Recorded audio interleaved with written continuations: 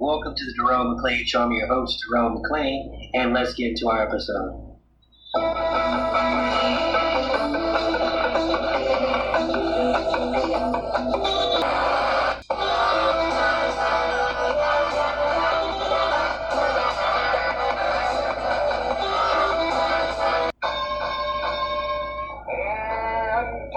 Intelligentsia, the endem of sarcasm, the nutty professor, to your whack-ass marmalade. It's T-Bone from T-Bone and Chick Brew in the Morning. Now available in podcast format. Simply search for the T-Bone and Chick Brew podcast, available wherever fine podcasts are sold.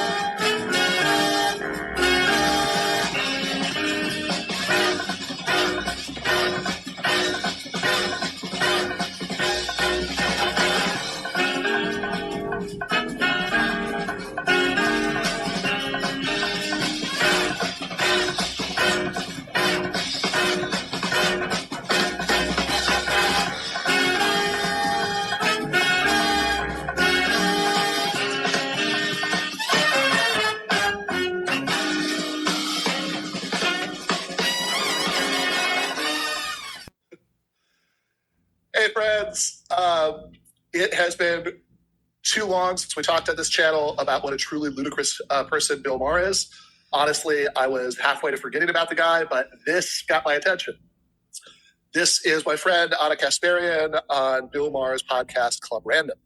If you've never seen the show before, it's a really strange thing, given who Bill Maher has always been, since it's sort of his attempt to create something like the Joe Rogan Show, which is just not a natural fit for Bill Maher's personality or the kind of talk show host he's always been. Like, say what you want about Joe Rogan. There's a lot you can say there. I mean, he went from being a Bernie voter in 2020 to being a Trump voter in 2024. So the trajectory is capital N, capital G, not good. But the whole sitting around, drinking whiskey and shooting the shit with, whatever guest, like that whole thing actually makes sense for Rogan, for who he is and what he's like. For the simple reason that he's just naturally a really good conversationalist. He's incredibly good at creating a relaxed atmosphere and putting guests at their ease and getting them talking and just kind of, being someone who spur them on to talk more and, getting them to open up and laugh with him and all that stuff. I mean, that's really his talent. Bill Maher, not so much. Right? The usual criticism of Joe Rogan is that he goes too far in the direction of just agreeing with whatever the guest says. Like when I was on the show, he agreed with me about unions and Medicare for all and economic equality. And when Donald Trump was on the show, he agreed with Trump about everything. Bill Maher definitely does not have that problem. He's just nonstop talking over his guests and yelling at them if he doesn't agree with what they say, which makes hey, this is just two dudes or a dude and a woman, hanging out in a rec room, splashing some bourbon into glasses and having a good chat, right? It makes that whole shtick an incredibly weird fit for what he's actually doing. Like, the man is just congenitally incapable of listening to what people say and learning anything new. Also, that as I see people pointing out in the chat, the camera angles on Club Random are just odd. I just don't know what's going on there. But in any case, so Anna went on the show, and I'm sure some of you watching have, itemized lists you'd be only too happy to give me of, her bad takes and why it's terribly problematic that I still like her. But I'm just going to have to say that I'm not losing any sleep over the fact that some of you guys think that. Both because I'm, on general principle, quite honestly, if I ever start denouncing real life friends to pacify leftists on the internet, I really hope somebody does me the favor that Chief Bromden does for McMurphy at the end of One Flew Over the Cuckoo's Nest. But also, watching this exchange, I kept thinking, yeah, this is why we're friends, or, really beyond friendship. This is why I'll always think, she's a force for good. She doesn't have to agree with me about Marxism or have all the same opinions about every subject that I do. She just has to keep being the kind of person who would embarrass Bill Maher this bad. Because, well, let me just start by playing you 20 seconds. This is the immediate lead up to the Gaza part of the conversation. Now, a few minutes before what I'm about to show you, Bill had baited Anna about Gaza while they were talking about something else. And she sort of rolled her eyes and moved on. But this is the moment just before it comes back up, because she's going to bring it up this time. Anna was just talking about some of the things that she now thinks that she got wrong over the years, when she was too quick to accept, media narratives about ongoing events that she'd later find out were oversimplifications of what happened. And she says that what she got out of that, was that as a journalist, she needed to eat her vegetables. And then she says this to clarify what she means. To me, eating vegetables as someone who works in media is reading and consuming content that you know is going to make you uncomfortable because it's going to challenge what your preconceived notions are. If you're listening to a podcast... The truth never makes me uncomfortable. It only exhilarates me. I mean... Got that? The truth never makes him uncomfortable. It just exhilarates him. And I just want to say something about the dynamics of what's going on here. All right, so again, Bill has this deeply weird Club Random podcast. And Anna's happy to go on and drink whiskey with him. I can testify that she actually does like bourbon, it's not shtick. And even in the face of Bill's titanic awkwardness, prickliness, she's even opening up in just the way the guests on a let's just hang out and shoot the shit show like Club Random are supposed to do. Like to the point where she's saying some very self-critical things about some of her past failings as a journalist. And instead of responding at the same wavelength,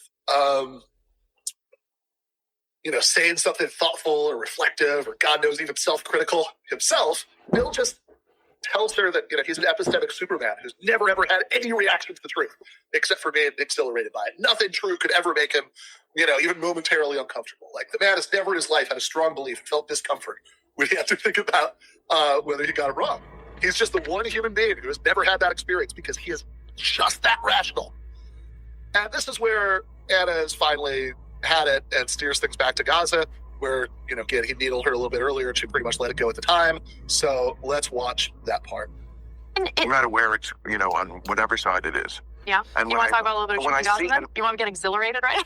I get exhilarated. I know you're going to say genocide, and I'm going to say, well, you don't know what the word means. And it's like, you don't even know what the words mean. I'm Armenian. I know what the word means. I'm Armenian. I know what the word means. I really can't think of a better example of identity politics being used for good than that.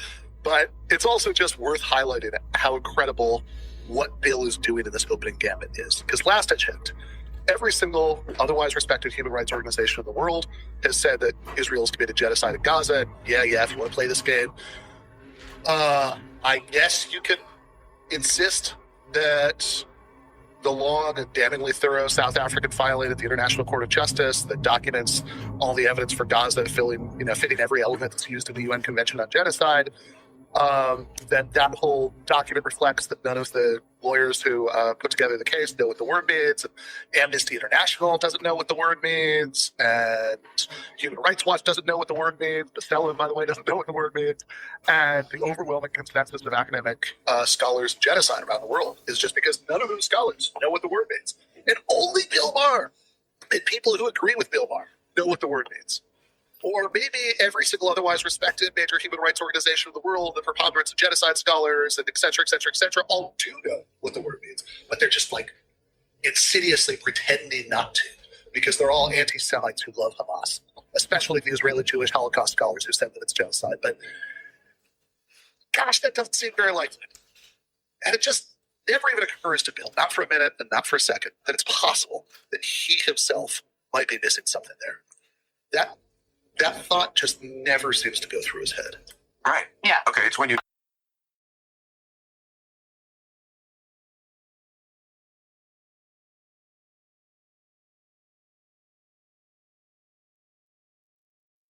Under Hamas. Which That is legitimate. That's totally legitimate.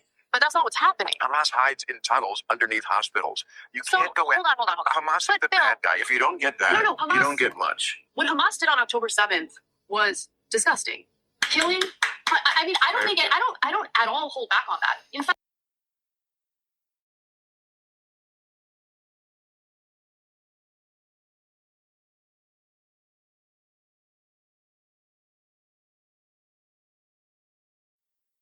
The people who hate oppression so much are on the side of the people, and that's not just Hamas.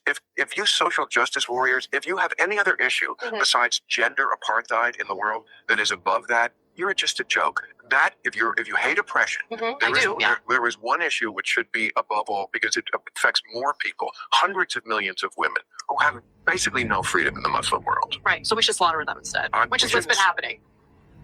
Now, of course, I would be remiss if I did not say that I find it rather rich that somebody like Bill Maher is going to pretend that he cares about women, and his just care and love for women is why he wants to murder Muslims.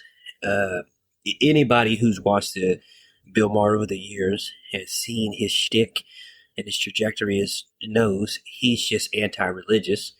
He's a proud atheist, and he thinks that the most barbaric religion is Islam, and his want to wage this war is because has a antenna, I would just say, for anybody that happens to be Muslim who's doing anything wrong around the world, and he has a gaping blind spot for anybody who happens to be, let's say, European Christian or white Anglo-Saxon Christian who's doing anything wrong around the world. That's just particularly because culturally he's gotten used to dealing with the George Bush types of people and the Donald Trump's types of people because he's an American. It's the foreign person over there that he thinks is a unique threat that must be dealt with because, oh my goodness, look at how they treat their women. They keep their women in, as he says, in beekeeper outfits.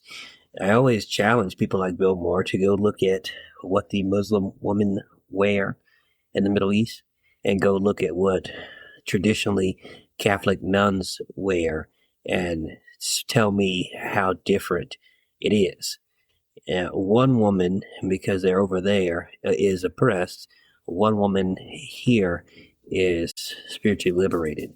I'll let you wrestle with that on your own. Let's get back to the clip. Stay with us. We'll be right back. Has anybody ever told you you were over-opinionated? How about this one? You can talk about everything you like, but don't talk about religion. Don't talk about faith. Don't talk about politics. My name is Jerome McClain, host of Jerome McClain's Show, and I want to introduce you to a show called Over-Opinionated with my friend from Southwest Virginia, Josh Scott. Josh has always been told he has been over-opinionated. He always tried to hold back these opinions, but he tried to back them up when he had to say something with facts and logic. Since he's grown up in many ways, he had to change a lot of his views and his opinions, as a lot of people should.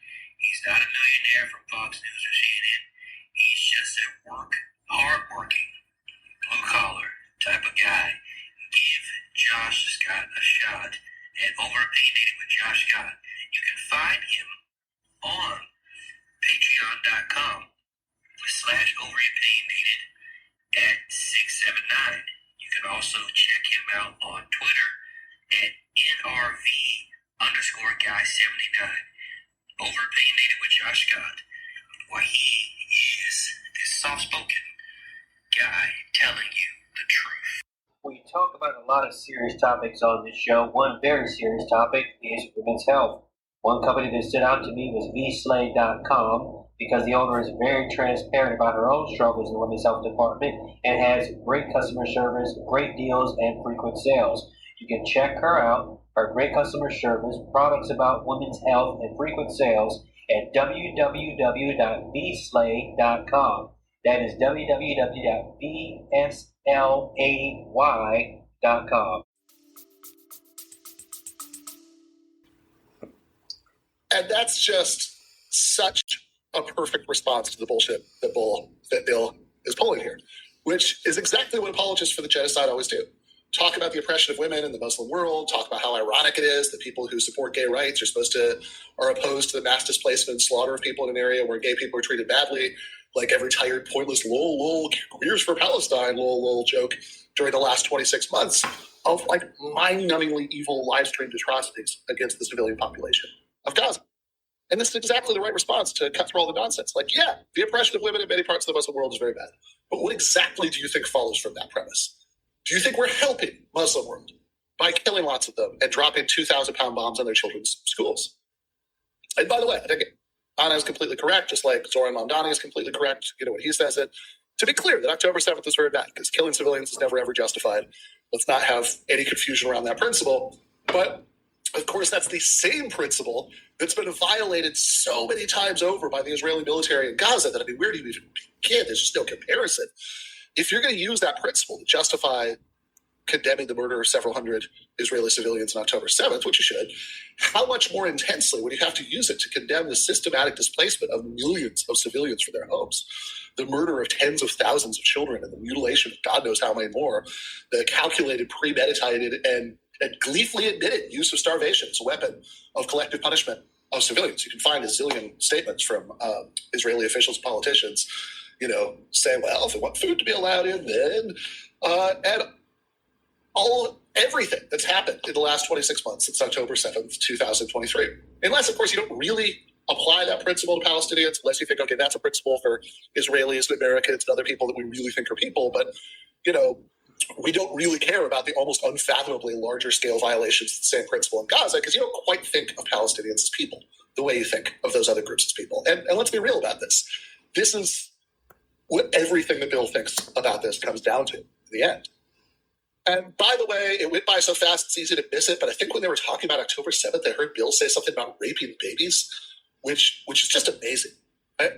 Because that's not even something that was ever alleged. Bill just fused together in his head two atrocity stories that, by the way, are both not true. What really happened on October 7th is bad enough. Killing civilians is always wrong, period, no exceptions. If you think there's an exception for, quote, settler, unquote, civilians, and, every Israeli Jew is a settler by definition or whatever, then honestly, I have nothing but contempt for you. There is a fringe of people, within the left who say that. I think we should politely but firmly have nothing to do with them. And taking civilian hostages is a serious war crime in itself. But both of those, right, killing civilians and taking people hostage or detaining them without charges, even, with their children and et cetera, which is somehow supposed to be different from taking hostages, are things that Israel has done to the Palestinian population at a vastly larger scale, right? Now, that doesn't make what Hamas did on October 7th acceptable. Small-scale war crimes against civilians whose government has engaged in large-scale war crimes. They're still war crimes. They're still unacceptable. Let's not have any equivocation about that. And look, I'd be shocked if there were actually zero rapes, that this was the first time in the history of the world that, hundreds or thousands of angry young male fighters were unleashed in enemy territory with a mandate to kill or capture random people, and there were literally zero sexual assaults. But the idea that there was mass rape used as a weapon of war, this has been asserted many times and investigated many times. And it just doesn't seem to be true. So Bill has that long discredited narrative mixed up in his head with another story that's been discredited forever about beheaded babies on October 7th, which seems to be about as true as, for the old heads out there, right? The Iraqi soldiers, we were told, were dumping babies out of incubators in Kuwait when Bush Sr. was manufacturing consent for the first Gulf War, right? So, Bill fuses the two to get something about raped babies that nobody ever even claimed. Although, by the way, if you want to talk about actual rape being, used as a weapon of war, Google Sde Teiman, that's S-D-E, second word T-E-I-M-A-N, and boy, you are in for a learning experience about that one. We have systematic rape of Palestinian detainees by Israeli soldiers at this prison camp. We have Israeli politicians defending that rape on the floor of the Knesset. We have Israeli mainstream media pundits defending the rapists on Israeli television. But of course, that's not the kind of thing that's ever going to penetrate the fog of weed and cigar smoke and smug self-confidence that just blankets Bill's head at all times. Well, you should prosecute a war to the end. Mm-hmm. That does involve slaughter of every war. I think. Listen, civilians get killed in wars. I think everyone knows that. Everyone acknowledges that. Especially when you hide behind them. But when 83%, according to the IDF's own data, And this is reported, by the way, I consume Israeli media on this. I don't consume American media on this. And Israeli media is super honest, way more honest than our media is. So when the IDF's own data indicates that 83% of the people that they've killed are civilians. Because they hide behind them. But Bill, do you understand that by killing so many civilians, they are essentially multiplying extremism? I do understand that. Do you understand that there's very often in the world two very bad choices? And you only... I mean, I'm an American. I have to vote in prepresidential elections. Yes, I do know that. Okay. You don't have the good choice. You have the bad choice and the even worse choice. Israel has been being attacked by Hamas. First of all, the entire Arab world rejected them for 75 years. They kept trying to make a deal. They kept saying, no, we want it all. That's what from the river to the sea means. It means we want it all. We don't want to compromise. They've never wanted to compromise. Israel gave Gaza back. But did they... Okay, there are so many things wrong with this. Like, what Bill gave us is essentially a history lesson from an alternate dimension. Like, let's start with the part that's the least wrong, although it's still very extremely wrong. You know, from the river to the sea, by the way, isn't even a slogan. That's the first part of a slogan, right? It's a reference to a geographical area, which is the area of Israel's current borders, going from the Jordan River to the Mediterranean Sea. I find it fascinating that people like Bill never seem to want to quote the full slogan, which is from the river to the sea, Palestine will be free, possibly because saying the Palestine will be free part introduces the uncomfortable thought that that might not be the situation at the moment. That the Palestinians are very unfree in various ways throughout that area. The ones who live within the Green Line, within Israel's pre-1967 borders, are the most free since, at least they have, they were eventually given citizenship and voting rights, which have been denied to millions of other Palestinians in the West Bank and Gaza for blatantly racist reasons. Because if they got citizenship and voting rights, there would be too many citizens with the wrong ethnic background. Israel would therefore lose its Jewish character as a state. Israeli politicians say this stuff out loud just all the time. They have no compunction about it. So yeah, compared to the disenfranchised, permanent, non-citizen intervention of the West Bank and Gaza, the Palestinians within pre-1967 Israel are more free than that.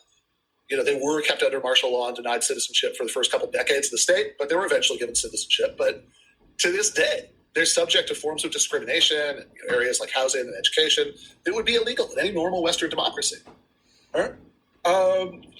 Any town under a certain size is legally allowed to have a selection committee that can determine cultural compatibility of new residents, right? Figure that out and then start thinking about how the same law would play out in Alabama. And their participation in the political process has been, to various extents, there's been push and pull over the decades, but it's been severely curtailed often by Israeli laws banning any political party that gets too anti-Zionist from participating in Israeli elections. But yeah, even when you put all this on the table, sure, those Palestinians are certainly more free than the Palestinians, the West Bank and Gaza, who are just sweepingly denied basic democratic and human rights and legal equality because of their ethnicity. If you're an Israeli settler who lives in Hebron, for example, you're considered for every legal purpose to live in Israel rather than living abroad. You vote in Israeli elections. You have the protection of the Israeli army. If you're accused of a crime, you're tried in a real court. Palestinians in Hebron have none of those things. They don't get to vote in elections to decide who rules them and controls every aspect of their lives. Even the part of the West Bank and Area A, right, that's supposedly under the control of the Palestinian Authority. Israeli military operates there whenever they have a mind to, right? There's no constraint on that at all. If you're in B or C, right, where the Israeli army is there all the time, right? They absolutely don't pretend to be there to protect your interest if you're a Palestinian who lives, for example, in Hebron. And if you're accused of a crime by Israeli authorities, you're tried in a totally separate and unequal legal system, a military kangaroo court, where your chance of getting justice if Israeli authorities falsely accuse you is exactly as good as you'd think it was. In other words, what they've got now is a single apartheid state from the river to the sea. And so, different people can be opposed to Zionism for different reasons and from different directions. You find people who are pan-Arab nationalists or Islamists who might, chant there's an Arabic slogan that's similar, but it's not the same. It's from the river to the sea, Palestine shall be Arab, right? That's obviously a very different thing. And, they're advocating a political program that a secular socialist like they wouldn't like. But, when Western, by the way, disproportionately Jewish pro-Palestine protesters chant from the river to the sea, Palestine will be free. What they're talking about, by and large, is a single democratic state with equal rights for everybody, which is exactly, what would happen if I had my way, right? Like my first choice would be that what should happen, is exactly what happened in South Africa in the 1990s, which is a transition from an exclusionary, in that case, Afrikaner ethno-state, to being a real pluralistic, normal, multi-ethnic democracy with equal rights for everybody based on a universalist, civic nationalist conception of citizenship. You could tell me that's too utopian, and, fair enough. I advocate many things that seem very utopian given the way the world is right now. I'm a socialist. I want workers control the means of production. You can tell me that after everything that's happened, people can never live together in peaceful coexistence because two different ethnic communities, too much has happened between them for that to be possible. But I don't really buy that argument either for two reasons. First, look at Germany in 2025. There are no shortage of grandchildren or great-grandchildren of SS officers whose best friends are Jewish or Roma or whatever, right? On a historical timescale, it's actually remarkable how quickly that happened.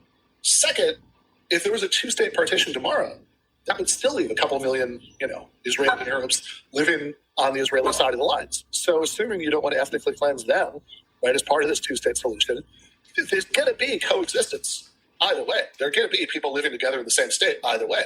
The question is whether it's going to be on terms of equality or whether those couple million people are going to be second or third class citizens in an exclusionary ethno-state where, the state unabashedly sees it as a core imperative to make sure those people never become the ethnic majority. All of which is just to say, yeah, look, if I could ask a magical genie to implement my preferred solution, that would be it, especially since partitioning the country between a Jewish ethno state and a separate Palestinian state would mean hardening divisions forever, and we've seen how that's played out in contexts like Northern Ireland or India, Pakistan. But also I do realize that I'm an extremist on that. Maybe in 20 years what I want will happen. History often surprises people.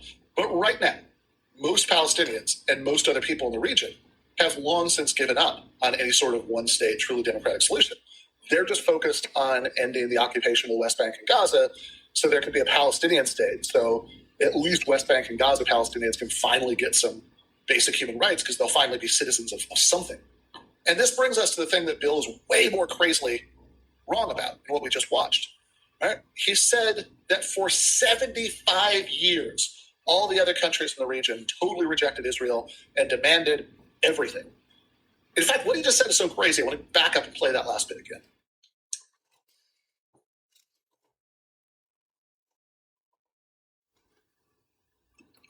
Israel has been being attacked by Hamas. First of all, the entire Arab world rejected them for 75 years.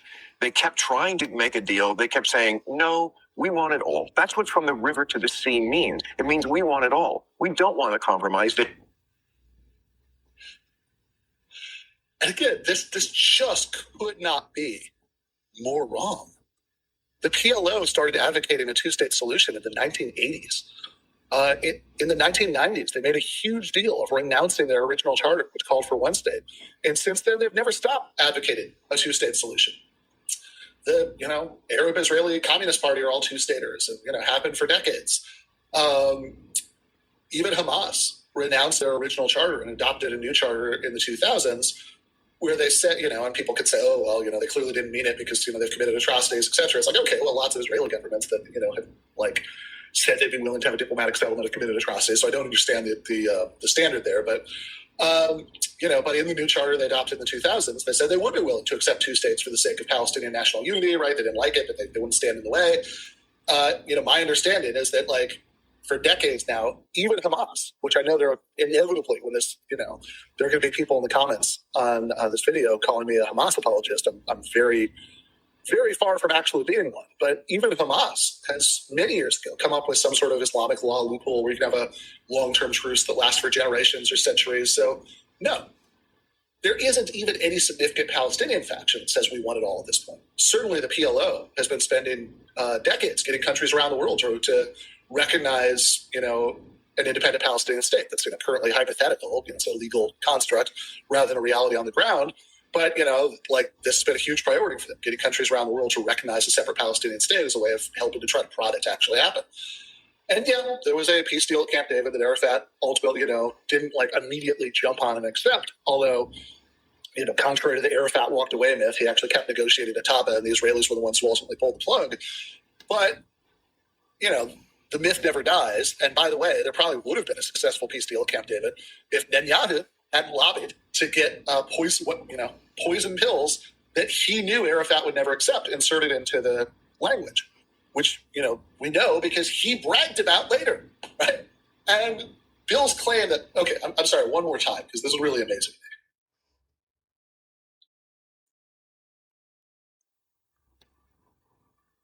Arab world rejected them for 75 years. They kept trying to make a deal. They kept saying, no, we want it all. Again, what he said, the entire Arab world rejected them for 75 years. Israel kept trying to make a deal. The entire Arab world kept saying, no, we want it all. And seriously, what timeline is Bill giving us the history of here? Because if he's talking about our world, Earth A, right, this is a dispatch from the 1970s, right, when Israel only existed for a couple decades, not 75 years, right? But I mean, seriously, it sounds like he's talking about the 1970s, the three no's of Khartoum. Meanwhile, Egypt did a peace deal with Israel by the end of the 70s already, right? That was like Carter brokering that. Jordan did a full peace deal with Israel in 1994. And, all the rest of the Arab countries that have not done that, right? Every single country in the Arab world, all of them, has been signed on to the Saudis' Arab Peace Initiative since 2002. That is a very simple deal offering full diplomatic recognition and normalization with Israel in exchange for Israel withdrawing from the West Bank and Gaza, accepting a token number of refugees, acknowledging that injustice, right? And letting the Palestinians form a separate state in the West Bank and Gaza. So for the last 23 years, since 2002, every Arab country that hadn't already recognized Israel has been offering that deal. And for the last 23 years, since 2002, Israel said, fuck off. Netanyahu says every 5 minutes that he will never allow a separate Palestinian state as long as he's in charge. The Knesset last year voted on a resolution to formally condemn the idea of a, Palestinian state west of the Jordan River, i.e. a Palestinian state anywhere in Israel-Palestine.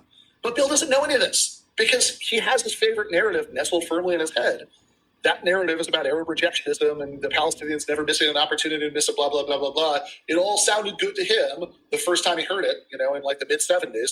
And no new information will ever dislodge him. But remember, he's never uncomfortable about the truth. It always exhilarates him. That's what from the river to the sea means. It means we want it all. We don't want a compromise. They've never wanted a compromise. Israel gave Gaza back. But did they? But Bill, in let's say our country was occupied by Mexico, right? We have a bunch of people who are occupying our land, and then they decide, we're going to hold on, let me finish. They weren't occupying Let me finish. Let's say Mexico decides, we're going to leave, but we're going to control their electricity, what goes in, what comes out. Because they were attacking. We're going to mow the lawn and just randomly decide we're going to slaughter people because they allegedly threw rocks. They have literally nuclear. Well, they didn't allegedly. I mean, Israel has nuclear weapons, Bill. They have nuclear weapons. They don't. And they have the world's military superpower backing them. Right. Well, they have nuclear weapons which they don't use. If Hamas no, they don't use it. But just pretend if Hamas had a nuclear weapon, how many seconds would it take before they used it on Israel? I have no idea. 3. 3's the answer. 3 seconds. How do you know that, Bill? Come on. Because it's in their charter. If they used a nuclear weapon against Israel, I'm pretty sure the very land that Hamas cares about would be done for. Okay, then they would be martyrs, and that would be a good thing, because that's their death cult view of the world. It's a good thing when you die. That's why they strap suicide vests sometimes on children. The fact that you can't see the moral difference between these two sides always amazes me. I actually don't see the moral difference when you have Bezalel Smotrich and Ben Gvir literally talking about exterminating the entire population of Gaza. Okay, they're not talking about... And these are not... They are. I mean, the statements are brazen. They're upfront. They're honest. This is what they actually want to do. The West Bank is another example. The West Bank had nothing to do with what happened on October 7th, but they're annexing that land anyway. They're raining terror on innocent people, innocent Palestinians. They're driving them out of their homes. Listen, I am willing to admit, because it's the truth, that what Hamas did on October 7th was a fucking atrocity. Oh, wow. Killing innocent people. Who couldn't admit that? But you have a difficult time at least acknowledging the atrocities that have been committed against innocent civilians in Gaza. Well, it depends on what you call an atrocity. So, again, and let me, this is going to be one of the ones where I insert things. So this is what I find fascinating about this type of argument that Bill is trying to make. What Bill is trying to say is he's saying that there's no moral equivalency between Israel and Hamas. And I'll let you guys work that one out on your own. But I will say that it is a documented fact, you can go look it up yourself, that the person who helped fund, and come up with Hamas is the current Prime Minister of Israel, Bibi Netanyahu. So apparently, Bibi Netanyahu thought Hamas was a very reasonable and significant trading partner, legitimate government, etc., etc. Why did Benjamin Netanyahu prop up Hamas? Because he was trying to divide and conquer and undermine the PLO. He was also trying to undermine the peaceful left-wing prime minister of Israel at the time. And the Israeli prime minister at the time that actually was murdered, you can go look him up. There are people who accuse Benjamin Netanyahu and the Likud party of inciting enough outrage that led to the murder of the leftist, more peaceful prime minister of Israel, which then Benjamin Netanyahu got in, and he followed the philosophy of Jabotinsky and those types of people, and took the Israeli government into a more right-wing direction, Hamas being in control so it can be the constant boogeyman. When he talks about them giving Gaza back or giving the West Bank back, you can go pull up a map, look at the lines, and see that the second you look at the map, that the project was entirely untenable. You cannot say you gave a population their land back when you control the water supply, when you control the electricity, and when you control egress, etc., etc. It would be the equivalent, this is the analogy, of me breaking into your home, saying that it is now my home because my ancestors lived there 5,000 years ago, me having the Air Force, the Army, and the Navy, and foot soldiers on my side, and then saying, now look, you have freedom to have your bedroom, and we split the kitchen and the bathroom, and the living room is mine as well. Now, you will then say you want all your property back. I kill several of your family members and say, well, of course I had to kill them. They threw rocks at me when I was sitting on the couch. This is an outlandish and ridiculous argument, and I'm not shocked, but I'm somewhat perplexed why Bill, who claims to be the great rationalist, cannot see the flaw in his logic. Again, and I've said this in private conversations, and I'll say it in public conversations, the people who are for Palestine, the pro-Palestinian cause, whether it was the PLO or whether it was Hamas right now, they have no Navy, they have no Army, they have no Marine Corps, they have no Air Force.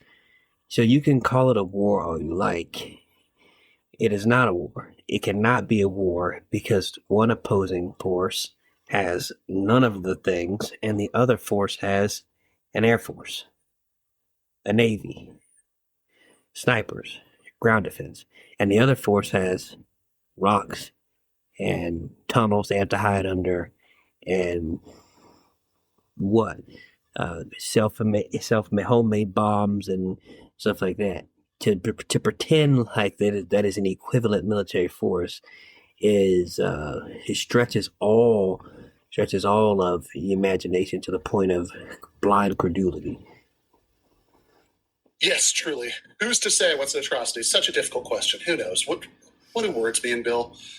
And there's a lot that you could say about that chunk that we just watched.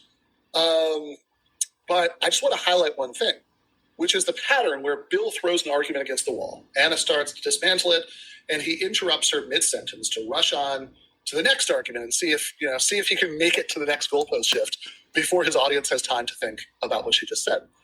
We never even got to whatever point she was building up to with the thing about Israel having nuclear weapons and being backed by the world's biggest superpower, because she literally didn't get through the sentence.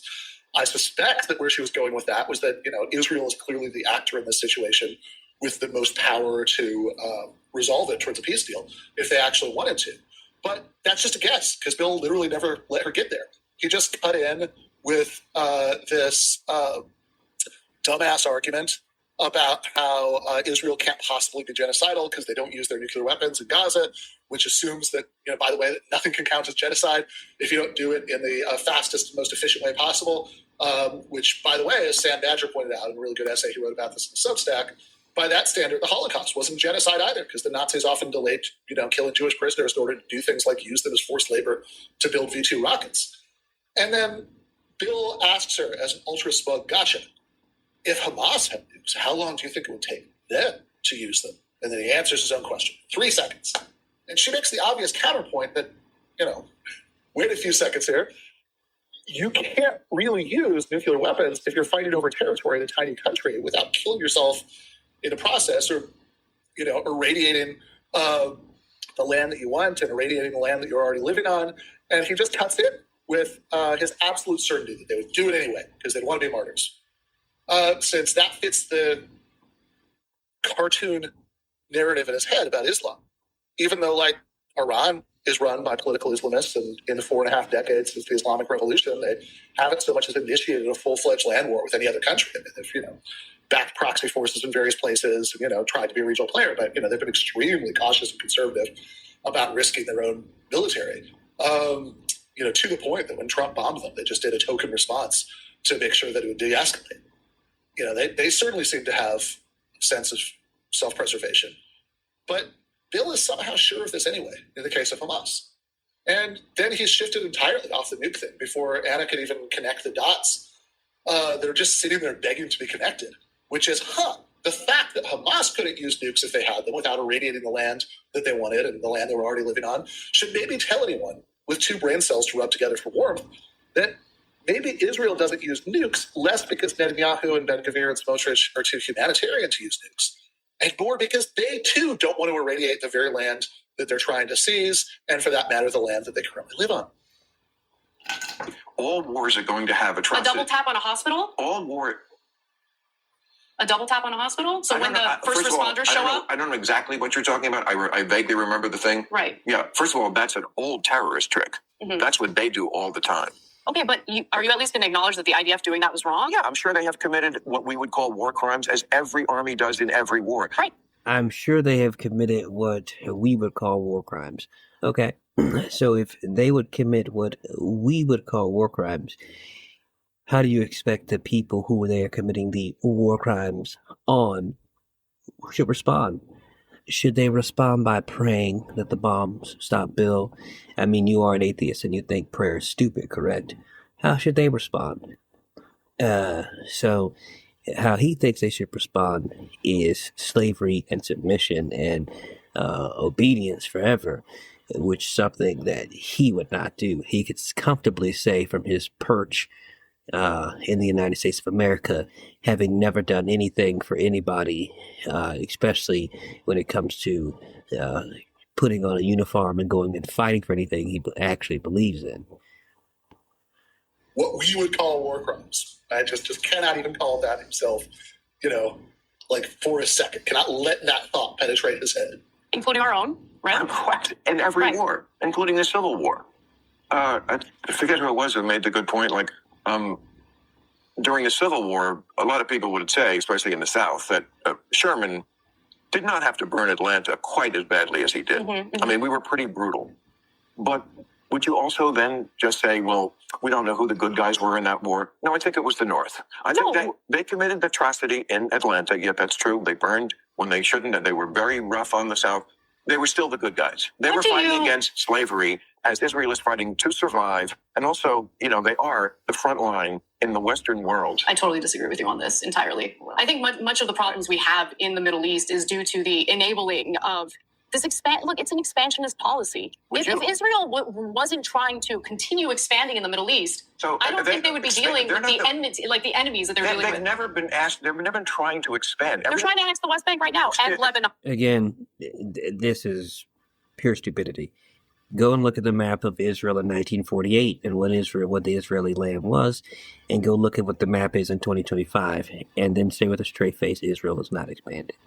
On southern Lebanon and Syria, which they succeeded in. These are all places that they were attacked from. When they became a country in 1947, they said, okay, we will accept half a loaf. They had as much right to that land as anybody. There was a continual presence there since 1000 BC when King David had a kingdom. I don't care about that at all. Okay, but it's relevant. But you can't wipe out innocent people because you used to live there like centuries ago. You're calling them colonizers. And for the record, Bill Maher is an atheist who does not actually believe King David was a person. This is just a nonsense argument. They're not colonizers. She didn't, actually. But the level of gish gallop between nonsense talking points here is just amazing. Right? And again, just as a reminder, the thing that's supposed to be the difference, right? The whole premise of Club Random, as opposed to what he does on his HBO show, is that this is his laid back, hanging out and drinking whiskey and just having a conversation show, which makes all of this pretty funny, kind of darkly funny given what they're talking about, but pretty funny nonetheless.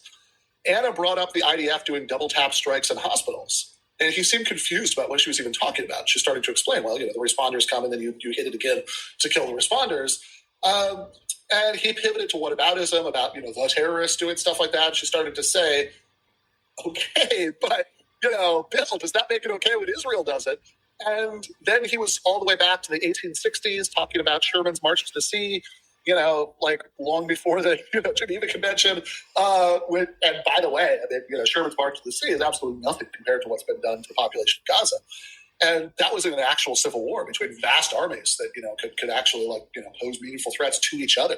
Whereas despite all of Bill's bullshit about Israel fighting to survive, the more honest, apologists, I'm thinking here of people like, Yoram Hazony, will admit when you pose the questions to them directly that there's never been any scenario of any kind where Israel's actual military survival was somehow at risk from Hamas, right? That Hamas somehow had that capacity. And then we got this alternate dimension history lesson where Israel, quote, accepted half a loaf, unquote, in 1948. And just for anyone who doesn't know the actual history in our timeline, Earth A, the Palestinian leadership at the time was advocating that the British rule of Palestine end in a way, that played out like it had when British rule had ended elsewhere. Just the whole former colony would just become independent as a unit. Not everywhere, obviously, as India, Pakistan, whatever, but, had some places, and that's what they wanted. They wanted a single state with equal rights for Jews and Arabs. You can go back and read the documents where they said this explicitly. Going back to the Arab Council's statement, rejecting the Peel Commission or whatever in the late 30s. But the UN partition plan gave most of the land in the country to the Zionist Yishuv, even though the Arab population at the time was something like twice the size of the Jewish population at the time. Right? I don't think that there's any place on the planet where the people there would just accept a minority within your country is going to declare independence to create an exclusionary ethno state, gobbling up the majority of the land mass. And good luck to any of you who are within its borders, right? Everybody could predict that Arabs who ended up, within that new state wouldn't get equal rights, which they certainly didn't.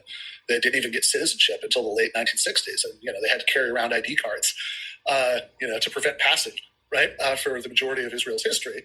So, yeah, oddly enough, that wasn't a popular proposal with the Palestinian population at the time. So there was a civil war, and eventually other countries in the region intervened. Although, by the way, I know this is not the narrative in people's heads, but you go back and look at the details in the timeline, right? The other countries in the region didn't intervene until after lots of widely reported atrocities against the Palestinian population had already happened. Whether or not you think that's why they did it, right? That is the timeline. And no, in fact, Israel did not rest content with the half a loaf that the UN had offered them.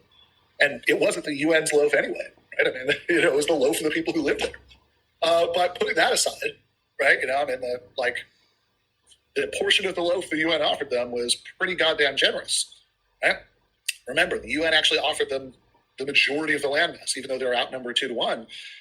And Israel didn't even accept that part of the loaf, right? They gobbled up as much of the rest of the loaf as they could seize. The final borders after 1948 were way beyond what was envisioned in the UN partition plan. Those borders are 78% of the total territory of Israel-Palestine.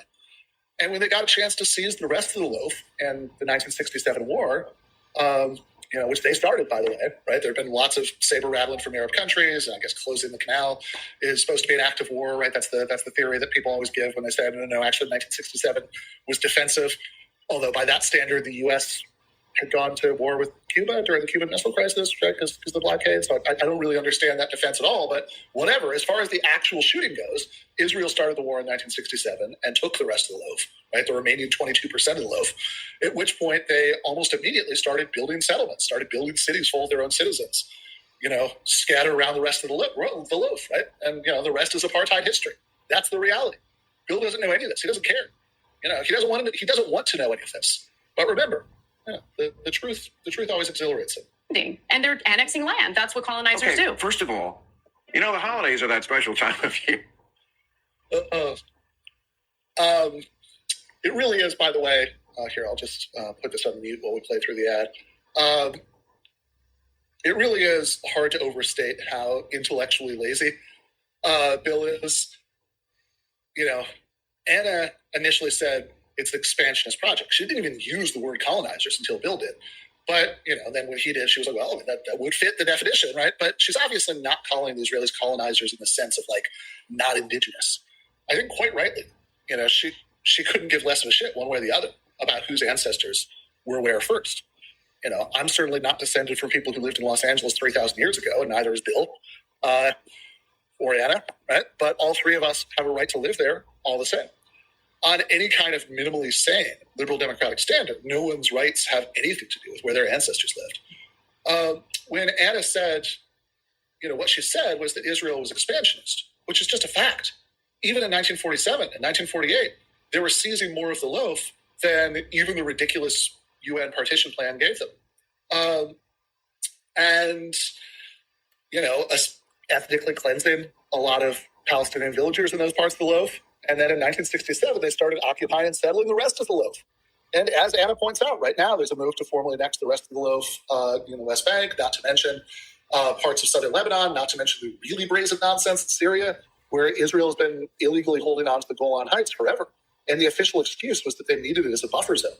And then, just in the last year, they took the opportunity of the new government coming in Syria and the instability around that, and they claimed to be intervening on behalf of a Syrian group because they didn't even have the pretext of any sort of attacks on Israel coming from there. No one there was even threatening at the time, but they took the opportunity to seize more Syrian territory, which they said they needed as a buffer zone to protect the Golan Heights. In other words, as a buffer zone for their buffer zone. Right? Does anybody seriously doubt that given enough time, they'll start demanding a buffer zone to the buffer zone to their buffer zone? And no, even if King David had a summer home in that region in Syria, it would be absolutely irrelevant to all of this. Neither international law nor sort of basic human morality recognized historically this land was associated with our ethnic group as an excuse to seize territory.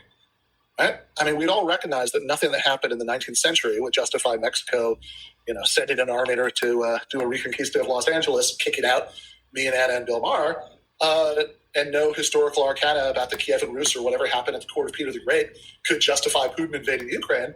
And those examples are like last week's news compared to King David, who may or may not even be an actual historical figure. I mean, just for context, he's supposed to have reigned about 15 or 16 centuries before King Arthur is supposed to have reigned in Britain. And if he was real, right, which isn't if, but if he was real, we sure don't know much about him. So it's kind of amazing that Bill Maher, who made a name for himself as one of the OG smug atheists, wants to justify what he thinks should happen in 2025 on the basis of, at best, half-mythological biblical stories. /Club Random. Love the night? Reach for Zen After Dark, a limited cocktail-inspired series. Warning, this product contains nicotine. Nicotine is an addictive chemical. Again, they were willing to take half a loaf. Mm-hmm. Then they were attacked in It's way more complicated than that. It's okay. Well, I don't know if you know the history. Mm-hmm. I do really well. Really? Yeah. Tell me the war. So, for instance, when were they attacked? What wars? So in 1967, when that was the first time? No, that wasn't the first time. But when you say that they have offered land to the Palestinians, land that belongs to them in the first place, the whole point of this whole two-state solution was, okay, we'll give you this territory if you promise not to militarize. Without military, you don't have a country. You don't have a country without a military. You don't have a country without borders, right? Without a military, you can't defend your borders. So if I were engaging in these negotiations with the Israelis, I would say, listen, I respect the territory that you're offering. However, we need to militarize. We need to protect our borders. To me, that's a big thing. But that's not what they ever used it for. Again, they gave Gaza back in 2005. They could have chosen. They didn't give Gaza back in 2005. They left Gaza, but didn't really leave Gaza when they had complete control over the territory. Because they kept being attacked. Just let me finish one sentence. Go ahead. They could have turned Gaza into a state. It's so funny. You never be able to yell to somebody else to let him finish his sentence. If one thing we know about Bill Maher from Real Time and Bill Maher and from Club Random, he habitually is interrupting everyone and never lets anybody finish their sentence. That was much more like, I don't know, Dubai or something, if they wanted to. They didn't. Hamas took over right away. They never had elections after that. Mm-hmm. You're right about that. You're right about the elections, They're a terrorist mafia. Their own population is terrorized by them. They don't like them. All they did was import weapons from Iran, build tunnels, and use it to prosecute this war against Israel. They never used it. So, of course, Israel is going to be defensive. Their issue was they were not defensive enough, which is why October 7th happened. So you're making good points. I'm going to concede to some of them. Not all of them, but no, I don't even know why you want to talk about this. I know. I'll ask you one more question. It's frustrating because I don't even know why you want to talk about this. 60,000 women and children are killed. Those women that Bill Maher just pretended that he gave a hoot about. I don't even know why you want to talk about this. Can't we talk about how we don't like trans people? Just ridiculous. So notice that after repeating the half a loaf thing for the third time, and still doesn't make any more sense than it did the first two, Bill is right back to Israel leaving Gaza. And Anna, who just has the patience of a fucking saint in this conversation, goes back to make the same point again about how Israel was still very much in control of Gaza. There's a reason that every human rights organization on the planet still considered it to be the occupying power, even though they changed their, military arrangements, right? From, occupying, within to, encircling and controlling every aspect of what went on. And Bill just ignores it and says Hamas could have created a state, in Gaza, like Dubai. When obviously Israel wouldn't have let them create any state of any kind, Dubai or, Iran or anything else, right? I mean, Israel retained full control over Gaza's air and land and sea borders, everything that came in and out, to the point that Israeli generals talked about putting Gaza on a diet, only letting in the, necessary amount of nutrition. Bill thinks that Israel would have let them get away with forming a separate state? They could have started inviting in embassies from around the world, and Israel would just let the embassies come, take a seat at the UN, built a Palestinian army base without it being immediately bombed to smithereens. I mean, come on. And of course, he immediately pivots from there to talking about how justified Israel was in exerting control over Gaza and how it should exert even more control over Gaza, because then October 7th wouldn't have happened. Now, it seems to me that October 7th wouldn't have happened if Netanyahu had it by his own account. He brags about it in exactly these terms all the time.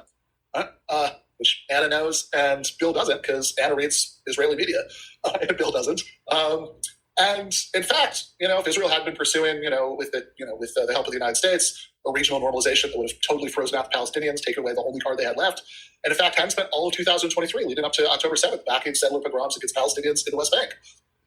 None of that justifies the attacks on civilians on October 7th, but if you're looking at what ifs where October 7th didn't happen, it seems to me that not doing all that stuff I just said and actually trying to end the conflict instead of doing everything in Netanyahu's power to, tighten the screws on the Palestinians even more, that is what would have been a hell of a lot more likely to prevent October 7th than just tightening the screws on an already controlled and terrorized population, even more than Netanyahu was, in the hopes that it would make them just lie down and take it forever. But forget that. What really gets me here is that Bill is trotting out the lazy propagandistic talking point that Hamas could have started a wonderful independent state of Gaza if they wanted to. And then within 30 seconds, he's saying, of course Israel controlled Gaza like a prison. And October 7th proves that they should have controlled it like an even more tightly controlled prison. And he's just too high on his own bullshit to even notice the contradiction there. And by the way, just to try and keep track of all the bullshit he's laid out in this conversation, I realize I haven't said anything about the human shields talking point that he's brought up several times, but I knew he would. I stuck an article I wrote about that in 2023 in the show notes. I said, everything I have to say about that there, but basically anyone who thinks Hamas uses civilians as human shields is even true doesn't know what they're talking about. That charge has been investigated a bunch of times, Amnesty International. It's not true. And more importantly, if somebody whose humanity you took seriously was actually and literally being used as a human shield, you wouldn't say that justified dropping a bomb on them, that made it okay. And just to pick a seasonally appropriate movie reference, if Bruce Willis's character in Die Hard had shot Hans Gruber through a hostage, right? Gruber was holding somebody up, using them as a literal human shield, and Bruce Willis was like, okay, right? Nobody would be rooting for him, for fuck's sake. But anyway, read the article. My problem is, okay, even if I concede entirely to everything you're saying, how about a little bit of ire directed toward Benjamin Netanyahu, who's the guy who facilitated the funding and has totally admitted to facilitating the funding of Hamas? Why did he prop up Hamas? Because he wanted to essentially discredit the PLO. Okay. I mean, there's all kinds of whatabouts you can say. But it's not a whataboutism. The very man propped up Hamas is now saying that he needs to fight them. I mean... And now he's also funding Abu Shabab. Why are you funding Abu Shabab? who has ties to ISIS? These things are not wrong. It just looks like you're looking for something to make a false equivalency. This is what I want. I want Palestinians to live in their own territory. I want them to be able to govern themselves. I want Israelis to live in peace and safety. And stop attacking them. I'm going to attack them as long as they're doing what they're currently doing. They're doing in retaliation for being attacked. Of course it is. They've been attacked. They were encircled. Lebanon. Why are they in Lebanon? Because Hezbollah was attacking from there. Right, in response to what they're doing in Gaza, yes. Well, before that, they've had 4 wars there. Was it when they were trying to annex land from southern Lebanon that they were attacking? They were not trying to annex land. They were trying to put a border between the country that was continually attacking them. Mm-hmm. If we were being attacked from Canada, I imagine we would want a little border between Maine and Canada. True. I don't think you while building that border, we wouldn't take a little bit of southern Canada. Getting this information. No, it's not TikTok. I'm very well read on this. Okay. Very well read on this. I care about this issue a lot. I see. I do. Yeah. Let me ask you one question, and then maybe we can go. Because otherwise, I just want to go. I want to go have dinner. Yeah. I'm not interested in this. Yeah. It's not really what I started a podcast for. You seem to be itching to get to it, and now that you have, I'm not going to back down on it because I'm not Jewish, by the way. Oh, I didn't accuse you of being Jewish. It wouldn't matter if you were. No, but I'm saying I do this because I think it's the right thing, and because I feel like I know. I'm not Jewish, by the way. It depends on who you would ask, even with that claim. Because if you watch Religulous, Bill Maher's father was Catholic, and Bill Maher's mother was Jewish. And so it depends on who exactly you would ask in the diaspora in Judaism. But a lot of people in the diaspora of Jewish thought actually believes that if you were born Jewish, you are in fact Jewish because he was born from a Jewish mother. So it does not matter if he is Jewish or is not Jewish, but I just thought that was funny that he would insert, oh, I'm not Jewish, I'm just saying this because, yeah, but you're just saying the same stuff I've been hearing you say since, I don't know, I got wind of Bill Maher in the 2000s with his George Bush hatred, and I'll just put it this way, you can go back and listen to years and years and years of him talking about this topic. And he has always had the same talking points. He has learned nothing. And at the same time, he's been remarkably cowardly on the situation because he always, when he talks about the topic normally, he never invites the hardline experts on the topic. He kind of will have a bunch of sycophants who agree with him on the subject. Normally, if he does have to talk about it, he'll make sure it's him and another alleged expert on his side versus one other person, because he knows he cannot stand the scrutiny of actually, I don't know, having to talk to somebody like Norman Finkelstein. He would not know what to do with that. He had his show for years, and he invited everybody on, everybody you heard of and everybody you haven't heard of, like a Barry Weiss. But somehow, this is his pet peeve, never invited on Noam Chomsky to talk about the topic. Used to have on Christopher Hitchens all the time. Never really broached the topic with Christopher Hitchens, being that Christopher Hitchens actually wrote a book with Edward Said on the topic of Israel-Palestine. Something about bringing it up to the Hitch brought out Bill's inner coward. So when he came on with him, he just talked about how much Islam sucks, of course, because Hitchens was and not necessarily an atheist. He called himself an anti-theist, which is a philosophical term he came up with for his version of atheism. He had a debate years ago with Glenn Greenwald on the topic, and then when Glenn Greenwald spanked him, Glenn Greenwald was I can't say definitely that he has not been back since then, but yeah, definitely haven't been back talking about this specific topic.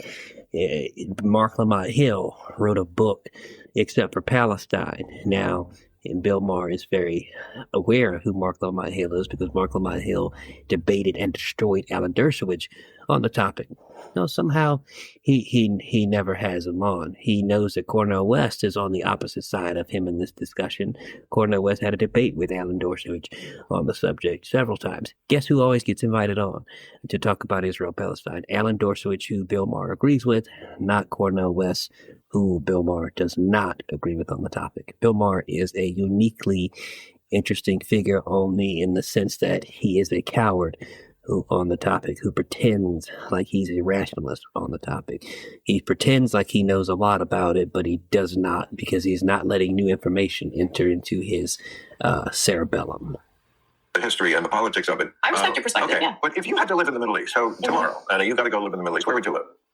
You can pick one city, any city. You can, as far as extent, you could live in Karachi. You could live in Cairo. You could live in Amman, Jordan. You seem to love Lebanon. I mean, Beirut's nice when the bombing's not happening and the assassinations have stopped. Or you could live in Syria. I hear that's wonderful in the summer. Who's doing the bombing in Beirut and Lebanon? Well, we now have an Al-Qaeda terrorist leading Syria. Or the Houthis, I'm sure, would make room for you. Yeah. Tel Aviv, or the West Bank, Ramallah. Ramallah, I think, is wonderful for a little. It's in the fall. It gets lovely. Where would you live? What city would you live in? Well, where do you think you'd be comfortable in that dress? I'm sure it would not be comfortable in this dress in any of the various Middle Eastern countries that have been destabilized by. You're not really blaming it on Whitey. Listen, are you? You're blaming Islam on Whitey? This is amazing. First, Bill complains about the fact that they're talking about it, as if he hasn't spent the last 26 months constantly taking shots against Anna's side of the issue, against anybody who speaks up against the genocide in Gaza. Lecturing those dumb college students who think that genocide is bad. Seems to me that he talks about it all the time. But now he's acting like, this is so boring. Why are we even talking about this? Except 30 seconds later, he does that bizarre, I'm not Jewish, by the way, thing, and says how much he cares about the issue, which he just said he didn't want to talk about. It's not what he started a podcast for, but now he's saying how much he does care about it, and how sure he is he knows the history, although God knows there's zero side of it in this conversation. And then he's going to do the most lazy, the most hackneying, well, you wouldn't want to live there, would you, thing? Not in that place. Which also, look, even if the answer to the question was that she'd live in Israel, live in Tel Aviv, what of it, right? I'd much rather live in the United States than in Saddam Hussein's Iraq, but I still thought the Iraq War was bad. Whether a country is more pleasant to live in for its own citizens and whether it has a right to expand and bomb and terrorize other people outside of its borders are two very different questions. And by the way, yeah, generally it is nicer to live in the country sending the bombers than the place being bombed or sanctioned or cooed or, missile striked or whatever. But, okay, look, that's a very literal-minded answer, that I might have given to this monumentally stupid gotcha.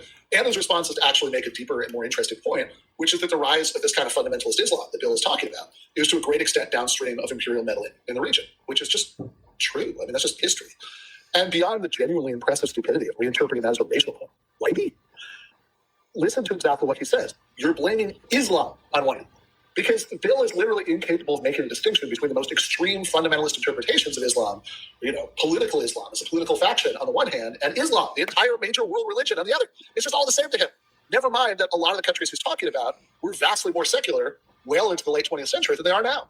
Or that like Wahhabism, which is the kind of, Islam that's practiced by the fundamentalist factions like Taliban, Al-Qaeda, ISIS, whose actions give the most grist for Bill's view of Islam as a whole, right? Wahhabism is a modern phenomenon, right? It's something that was came about, around the time that David Hume was alive. It has about as much to do with Golden Age Islam as Southern Baptism has to do with medieval Catholicism, or that the Islamic Revolution in Iran, right on the Shia side, was very obviously to a very large extent a reaction against Western imperialism, or etc. And no, none of this is to say that imperialism from the global north is the only force acting on this situation, or the only actor with any kind of agency. Everything else is just a reaction. That would obviously be too much. But it's also just totally absurd to say that imperial destabilization, even just in the last couple of decades, has been an absolutely massive part of the equation in terms of what's creating the space for fundamentalist factions to have a lot more power and influence in a lot of those places. Without even getting into cases where the U.S. has literally backed, fundamentalist factions. Like, for example, the Mujahideen in the last part of the Cold War that, have then turned on us later, of course, right? But I mean, where the U.S. fingerprints are even more obvious. Like, even putting that aside, I mean, certainly the point about destabilization holds. But again, Bill, the truth always exhilarates me. Maher just can't process any of that. I'm not blaming blaming- Islam on whitey. What you're saying is we destabilized. That's why you can't wear that Did we dress? not? Did we not Wait a destabilize? second. We Are were you funding saying- terrorist organizations Answer in Syria during the Syrian civil war, starting under the Obama administration. That's why Did that not destabilize Syria? No, what's destabilized? There's a literal kind of We're terrorist talking about your leader. dress. Why? It looks good. I know it looks why, good. You're saying you can't wear that dress in Syria because of whitey destabilizing? I didn't say that. Okay, that's You're putting words in my mouth. Okay, great. But the United States did destabilize various But I Muslim asked about countries. the Are you going to dress. deny that? I asked about the dress, and you went right to destabilize. So is that why you couldn't wear that dress? Why couldn't you wear that dress? Why could you? You want me to talk about jihadism and Islam, but like, why won't you? Listen, why won't you? I mean, I don't believe in jihadism, which is why I'm furious. See, like I said in the very beginning, that's Bill Maher wants people to stick to jihadism and stuff like that because that's the soup he swims in, and that is the only place he is comfortable talking about. He can only talk about Islam in the form of its religious iteration. He cannot think about it as a geopolitical entity who is responding to other geopolitical forces. He cannot talk about it as a movement that is underpinned by countries that are then responding to foreign policy around it. His brain only thinks religion, religion bad. They did not have good American religion. He has a ape parasite type brain on this, and it shows because his foreign policy knowledge is I'll just put it this way, elementary at best. He seems to have the foreign policy knowledge of an orangutan, and it shows anytime he talks to anybody who is a pro or expert on international and foreign affairs. It's not the United States just had a freaking al-Qaeda terrorist in the White House. It's not just jihadism that is preventing you from wearing that dress. Are you saying every Muslim is a jihad? I don't think they are. Bill. Okay, why can't you wear that dress? Let's focus for a second. No, you won't answer this question. I'm not going to defend that religion, like that extremist religion at all. Why can't you just That's not say? what this discussion is about. This discussion is No, it's very much what it's about. ordinary, It's very innocent much. human beings that I don't want to be slaughtered, regardless of what their religion is. No one does. Then stop starting wars. It's that simple. Stop attacking Israel. It'll stop. So what woman and child that Bill just pretended that he cared about an hour ago started a war? What 60,000 dead children started the war? None. It's just a talking point.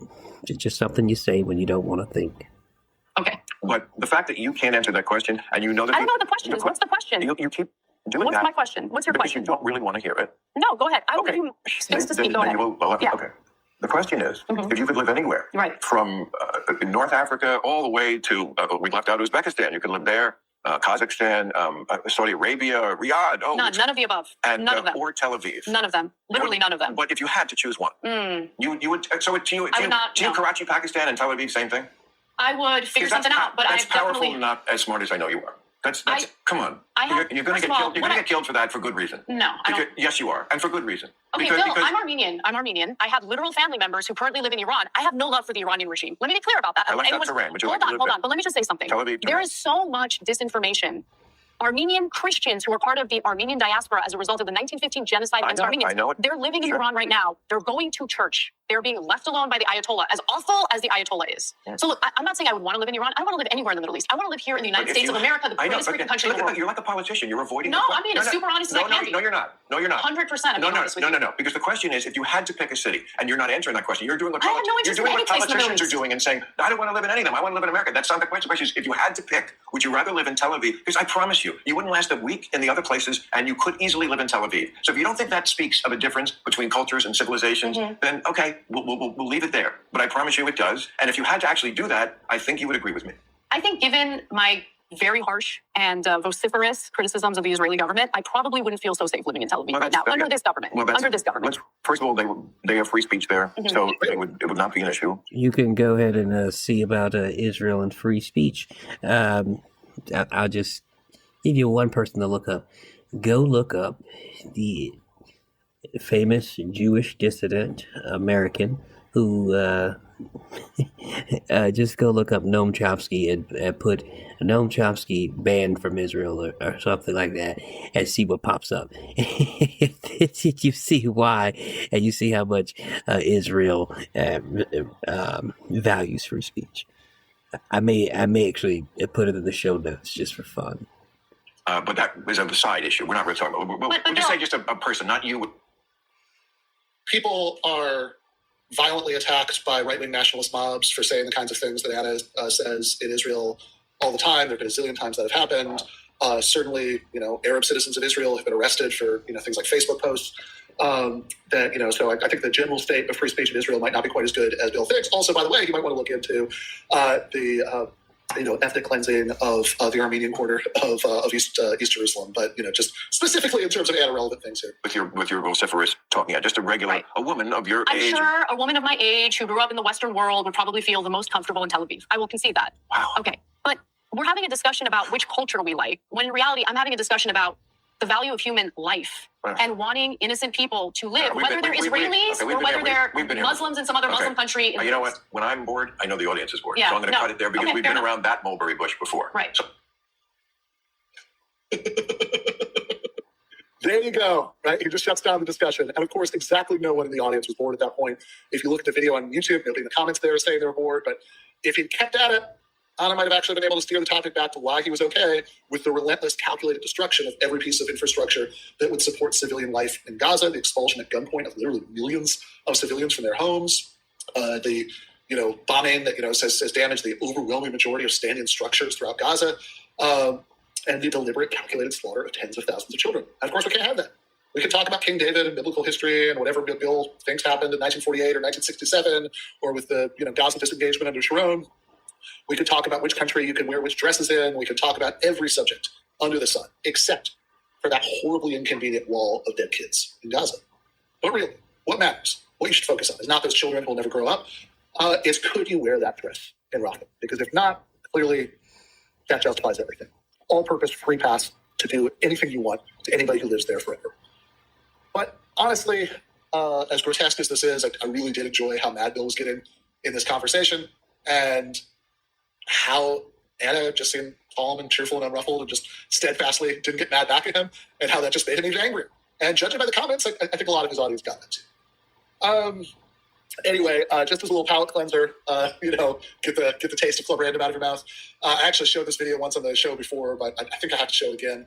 This is Chris Kavanaugh's amazing video, Glenn Greenwald versus Bill Maher, the musical. Which is a musical adaptation of a somewhat similar clash that happened, 10 years ago or something, between Bill Maher and a different former GTA guest. It's not our fault what came out of. We didn't go into Egypt. Well, we did. Wound up with the Muslim Brotherhood. Go into Egypt. We were supporting and propping up Mubarak for 30 years. Even as we were cheering for all the Tahrir Square demonstrators, as though we were on their side. It was our government that kept Mubarak in power, just like we've done across the entire Muslim world. I'm just saying. And it's amazing for you to say, well, look at all these Muslims. The minute you give them a little bit of freedom, they go wild and they start to be all violent. How can you be a citizen of the United States, the country that has generated more violence and militarism in the world over the past 5 or 6 decades, and say, look at those people over there, they are incredibly violent. We play a significant role in what has been happening in the Middle East because we've been interfering and dominating that region in order to have access to their oil and protect Israel. I wasn't talking about violence. I was talking about theocracy. That doesn't happen here. That doesn't happen here. But at the same time, Iran isn't invading lots of other countries and occupying them for a decade. Nor are fundamentalist Muslim countries the way the United States is. And so these things are interlinked because we are continuously interfering in that part of the world. And so to say it's all our fault. It's not all our fault. But when you send your military for 6 straight decades into other countries to bomb them, kill their children and women and innocent men, but we were, what? That's the prop of dictators. Yeah, you take responsibility for your actions and say, to the extent that that religion goes back 1,000 years before our revolution. So I don't think we can take all the blame. I don't think we should. I think we should take a lot of it. And there's lots of bodies and corpses that have been piled up in the name of Christianity and Judaism as well. Not recently. Have you heard of the occupation of the West Bank and Gaza for the past 50 years? Motivated in part by extremist views of Judaism, or the wars in Europe, or the fact that there were generals in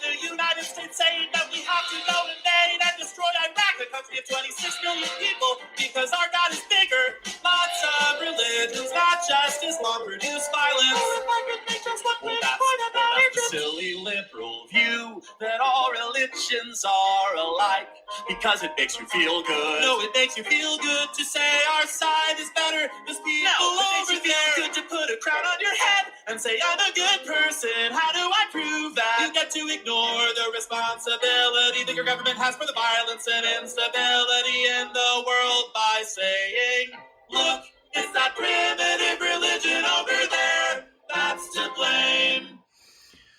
So anyway, I played that actual full clip on the show before, and I'm gonna play it in its entirety here so you can hear. And this is from almost 12 years or so ago.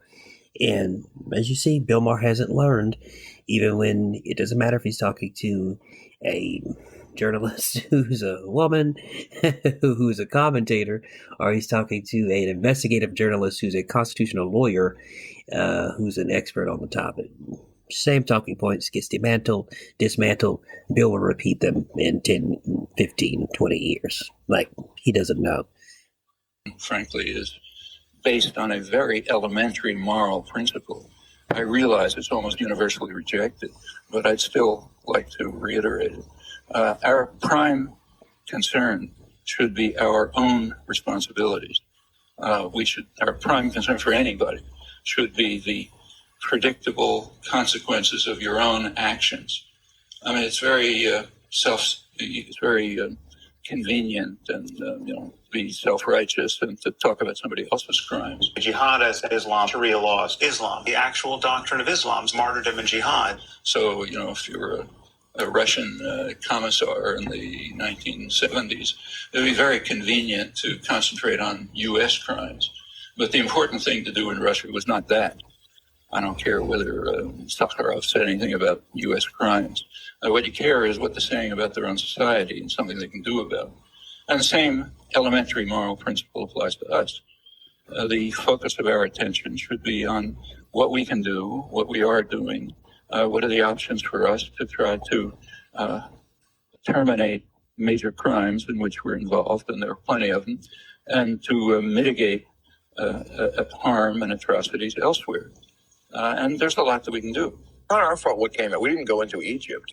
Well, we wound up with the Muslim Brotherhood. We didn't go into Egypt. We were supporting and propping up Mubarak for 30 years, even as we were cheering for all the Tahrir Square demonstrators as though we were on their side. It was our government that kept Mubarak in power, just like we've done across the entire Muslim world. And it's amazing for you to say that, well, look at all these Muslims. The minute you give them a little bit of freedom, they go wild and they start being all violent. How can you be a citizen of the United States, a country that has generated more violence and militarism in the world over the last 5 or 6 decades, and say, look at those people over there, they are incredibly violent? We play a significant role in what has been happening in the Middle East because we've been interfering and dominating that region in order to have access to the oil. I wasn't talking about violence. I was talking about theocracy.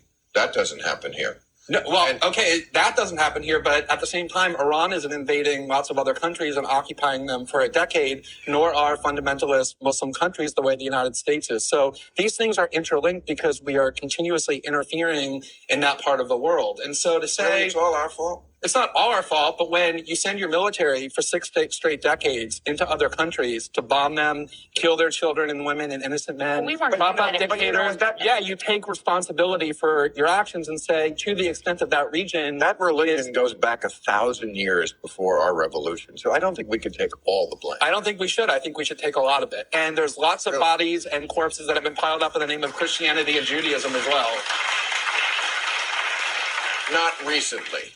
Have you heard of the occupation of the West Bank and Gaza for the last 50 years, motivated in part by extremist views of Judaism, or the wars in Europe, or the fact that there were generals in the United States saying we have to go and invade and destroy Iraq, a country of 26 million people, because our God is bigger? Lots of religions, not just Islam, produce violence. If I could make one quick point about Egypt. That's a silly liberal view that all religions are alike because it makes you feel good. No, it makes you feel good to say our side is better. There's people over there are primitive and violent. Put a crown on your head and say, I'm a good person. How do I prove that? You get to ignore the responsibility that your own government has for the violence and instability in the world by saying, look, it's that primitive religion over there.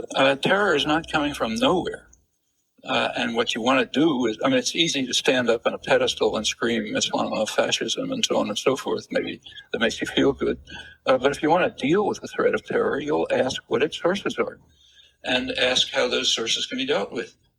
So I'm going to end the show with a former fellow atheist, writer, contrarian journalist, investigative and otherwise, a bit of an all-arounder, the late Christopher Hitchens, who Bill Maher had on the show several times and somehow didn't bring it up as he talks about this subject. Thank you for tuning in, and we'll see you on the next episode. Everyone in the civilized world has roughly agreed, including the majority of Arabs and Jews and the international community, that there should be enough room for two states, for two peoples in the same land. I think we have a rough agreement on that. Why can't we get it? The UN can't get it. The US can't get it. The Quartet can't get it. The PLO can't get it. The Israeli Parliament can't get it. Why can't they get it? Because the parties of God have a veto on it, and everybody knows that this is true. Because of the divine promises made about this territory, there will never be peace. There will never be compromise.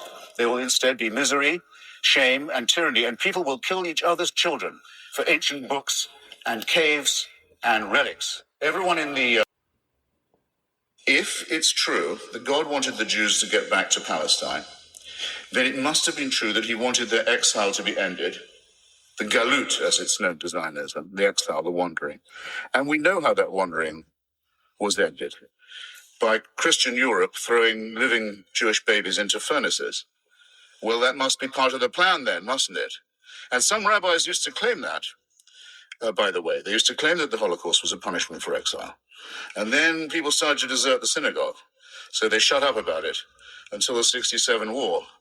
And then when the Israeli army got the Wailing Wall back, they said, we shouldn't have spoken so quickly. Actually, this was what God always had in mind all along. The conquest by Jews of the Palestinians. Well, you see how brilliantly that's worked out. I don't think it's wise or moral or decent to try and detect the finger of God in human quarrels. I think the enterprise is futile, and it incidentally shows the absurdity of all arguments from design. One grows weary of writing about the Israeli-Palestinian conflict, not because the subject lacks importance, but because one might as well be writing about the tides. The same arguments resurface with each wave of violence. The same justifications are deployed, the same atrocities are committed with the same explanations, and the same international community issues the same meaningless statements of concern. If insanity is doing the same thing repeatedly while expecting different results, then the Holy Land is the world's largest psychiatric ward. But here we are in 2025, and I'm told the situation requires comment, as if my comment or anyone else's will make the slightest difference to people who have been murdering each other over the same strip of land since before I was born, and will continue doing so long after I'm gone. Still, one must try to speak clearly about unclear things, especially when the unclear things involve the killing of children, which both sides manage to do with appalling regularity while maintaining their respective claims to moral superiority. Let me begin with what should be obvious but apparently isn't. Both peoples have legitimate claims to the land, and both peoples have behaved abominably in pressing those claims. The Palestinians were indeed displaced from their homes in 1948, and this displacement was indeed a catastrophe for them, whatever one thinks of the circumstances that led to it. The Jews indeed faced centuries of persecution culminating in genocide, and their desire for a homeland where they could defend themselves is entirely understandable. Anyone who denies either of these facts is not serious about resolving anything. The tragedy is that these two entirely legitimate narratives of suffering have become weapons used to justify further suffering. The Holocaust is invoked to excuse the occupation, as if the gas chambers of Europe gave Israel permanent immunity from moral criticism. The Nakba is invoked to justify terrorism, as if the displacement of Palestinians gave their descendants the right to blow up buses full of civilians. Both sides have become so invested in their own victimhood that they've lost the ability to recognize the humanity of the other. And now, in 2025, we have the latest round of violence, which looks remarkably like all the previous rounds except with better technology. Hamas or its successor organizations fire rockets that are increasingly sophisticated but still largely ineffective. Israel responds with airstrikes that are devastatingly effective but politically counterproductive. Civilians die on both sides, though in vastly disproportionate numbers. The international community condemns everyone and no one. and eventually a ceasefire is declared that holds until the next time it doesn't. The American position remains what it has always been: official support for a two-state solution that everyone knows isn't going to happen, combined with unlimited military aid to Israel and occasional finger-wagging about settlements that continue to expand regardless. The Europeans issue statements about international law that no one takes seriously. The Arab states make noises about Palestinian rights while secretly cooperating with Israel on security matters. The whole thing is a diplomatic kabuki theater where everyone knows their lines and no one expects the play to end. What's particularly galling is the religious dimension that poisons everything it touches. Jewish fundamentalists claim God gave them the land. Muslim fundamentalists claim God gave it to them. And Christian fundamentalists support Israel because they think it will hasten the apocalypse wherein, incidentally, all the Jews will be converted or destroyed. One might think that adults in the 21st century could find better reasons for territorial disputes than the alleged real estate preferences of their respective invisible friends, but apparently not. The settlers, those religious zealots who believe God is a real estate agent who promised them the West Bank, continue their project of making a Palestinian state impossible by creating facts on the ground. They build their hilltop outposts and dare the world to stop them, knowing that the Israeli government will eventually legalize what was illegal and protect what was supposedly unauthorized.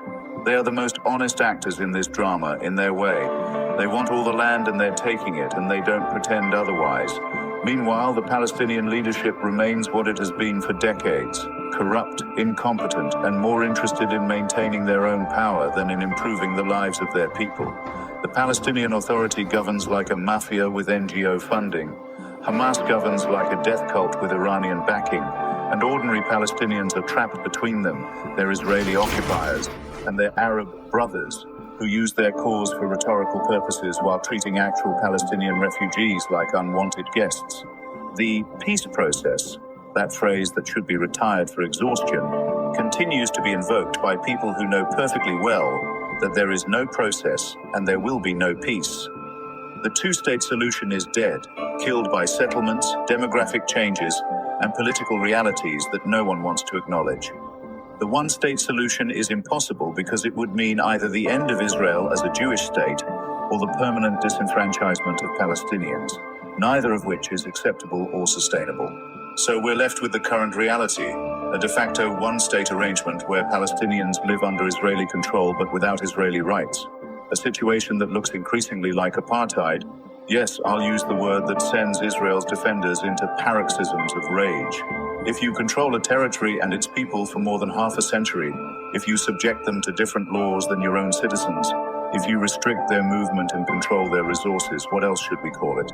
The fact that Israel has legitimate security concerns doesn't change the fundamental nature of the arrangement. But here's what the anti-Israel crowd doesn't want to hear. None of this absolves Palestinian organizations of their own crimes. Terrorism remains terrorism even when practiced by the oppressed. Targeting civilians remains a war crime even when you're the weaker party. The fact that Israel has more power doesn't make Hamas or Islamic Jihad or any of the other death cults into freedom fighters.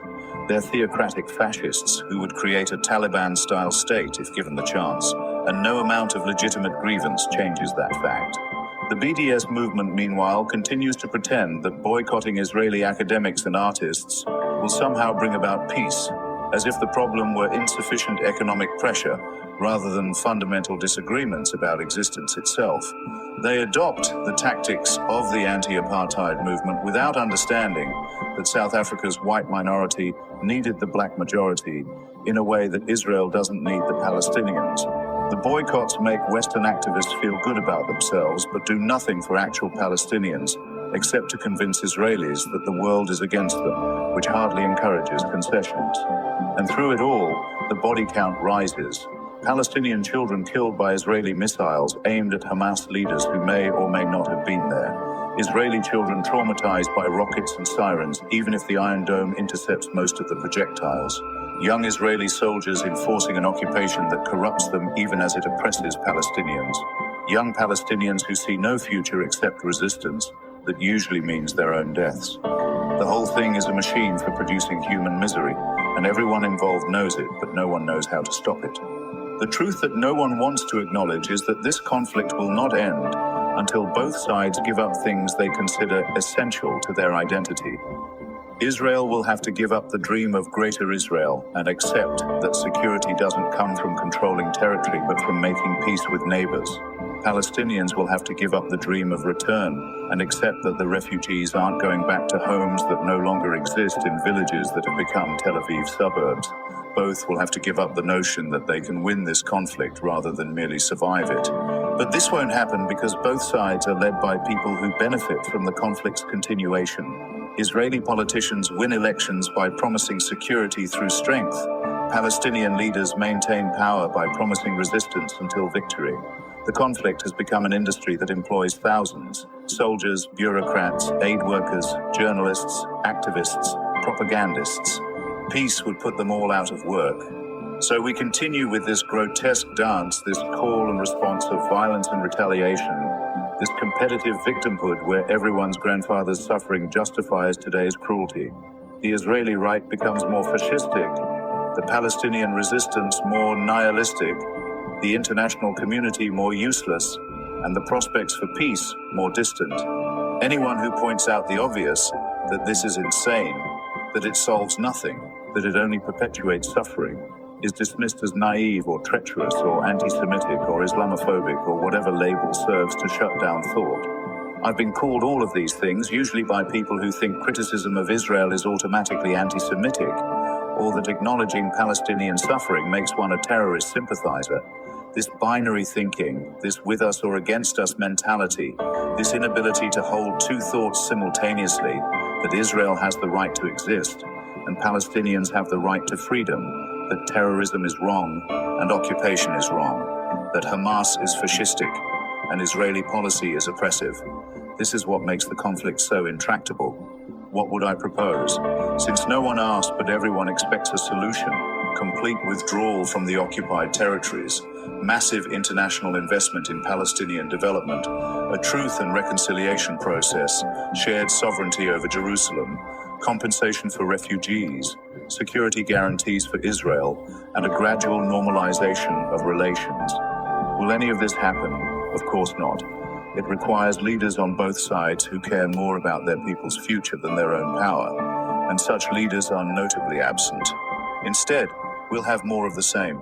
More settlements, more rockets, more airstrikes, more children dead, more hatred cultivated for the next generation, more conferences that achieve nothing, more statements of concern, more weapons sales, more humanitarian aid that doesn't address the fundamental problem, more of everything except peace.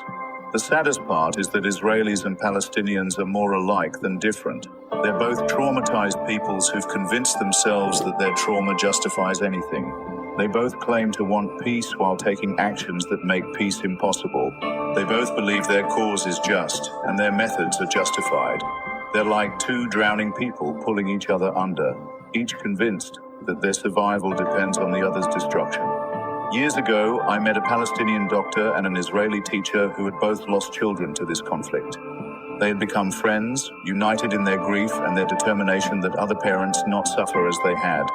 They were working together for peace, against the wishes of many in their respective communities who saw such cooperation as betrayal.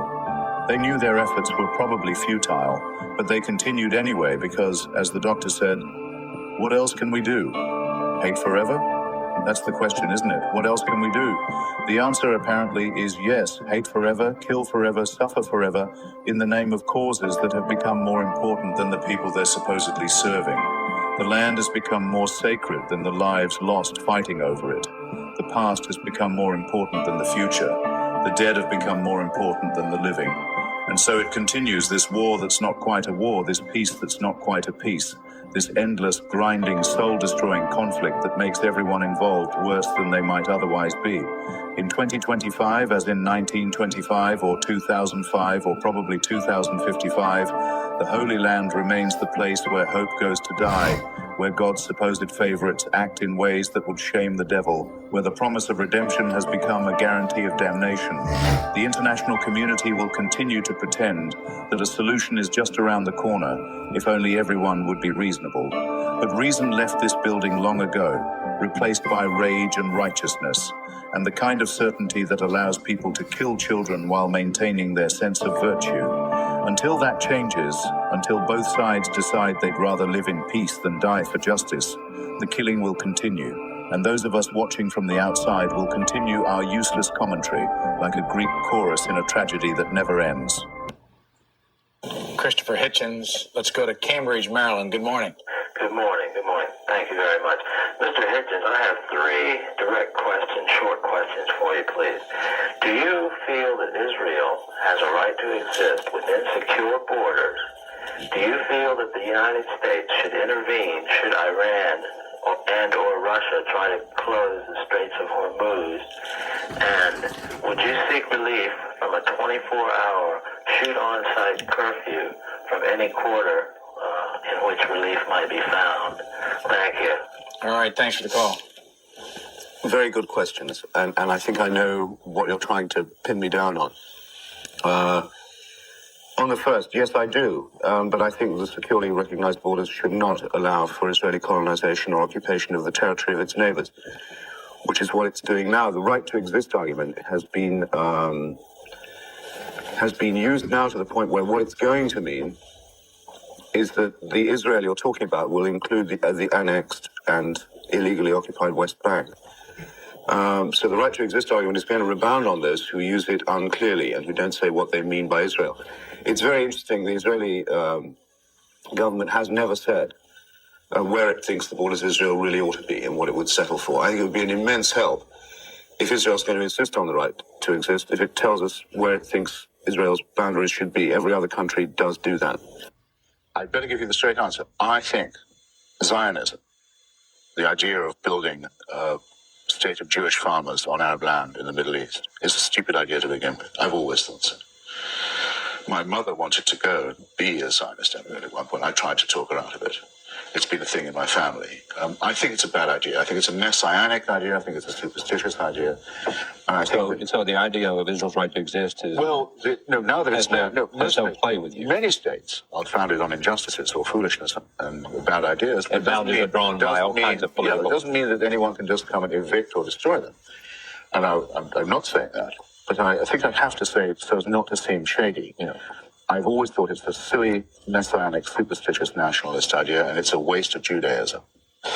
And it guaranteed a quarrel with the Arabs because it meant we're going to take away from you what's most precious, your land, by trying to make Jews into peasants. Already a silly idea. That's not the way to rescue Central European Jewry. You make them into farmers in Palestine. Guaranteed an injustice to the Arabs, which now anyone can see, and is now entering its 3rd, 4th generation. 4th generation of Palestinians brought up either in exile or dispossession or under occupation and humiliation. And now we know that something has to be done to address what is part of the original, it's the original sin, original misconception of the thing. So I've been writing in favor of the Palestinian homeland all my life, and I'm no more, no less in favor of it than I was a recent event. And now the Bush administration is in favor. It's a matter of principle. And now the Bush administration is in favor of it. Well, yes, they were edging towards it. It's a pity about the timing, because they were edging towards it before. I don't want it to look as if they did it as a concession. But it should be a matter of principle. If Jews born in Brooklyn have a right to a state in Palestine, then Palestinians born in Jerusalem have a right to a state in Palestine. Anyone who doesn't agree with that principle, I think, is suspect. I think most people do. They do, but but why in that case do we have the one and not the other? After all, it's America that pays for all this, and arms the Israelis, and is very much involved in it. If it's a matter of principle, then we should have witnessed to it a bit more forcibly than we did. On the point of purchase, I'd like to take up on a single word, very important. You wouldn't say, would you, that the United States has no purchase on the government of Israel? No. I mean, in other words, if the Israelis are going to continue to build settlements in an identifiable, just a single suburb of Jerusalem, where most of the Arab population can produce documents proving they've owned their homes since before the British Mandate. If American policy can't get them to stop building in that one identifiable suburb of Jerusalem, then there's no such thing as leverage or purchase. And Obama went to all the trouble to point out that this is a terrible thing. He should have said more than he did, in my view, that it's theft as well as an obstacle to negotiations, and then walked away from that.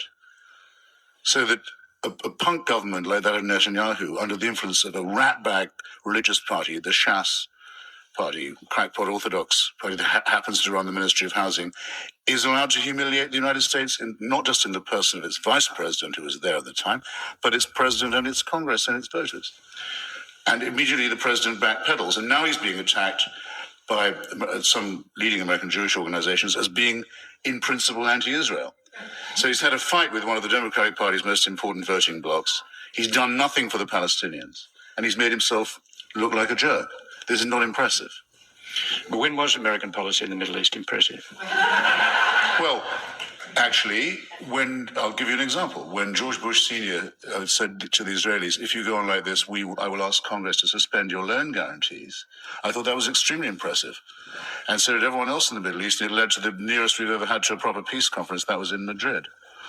Bill Clinton chose to run that year from the right against Bush, saying that he thought Bush was being soft on Cuba, just like Kennedy. Thought Eisenhower and Nixon were being soft on communism in Cuba, and also from the right on Israel, saying if he was president, the Israelis would not be subjected to this kind of pressure. So the last time that there was an impressive American policy, it was a Republican administration, and it was undone by the hero of every liberal in this room. Good morning. Great.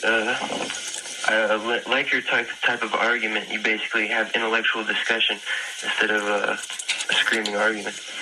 I'm a libertarian. I'm basically on the opposite side of the spectrum as you. But I wonder if you could clarify a couple things for me. I believe Palestine was the entire area covering Israel and Jordan.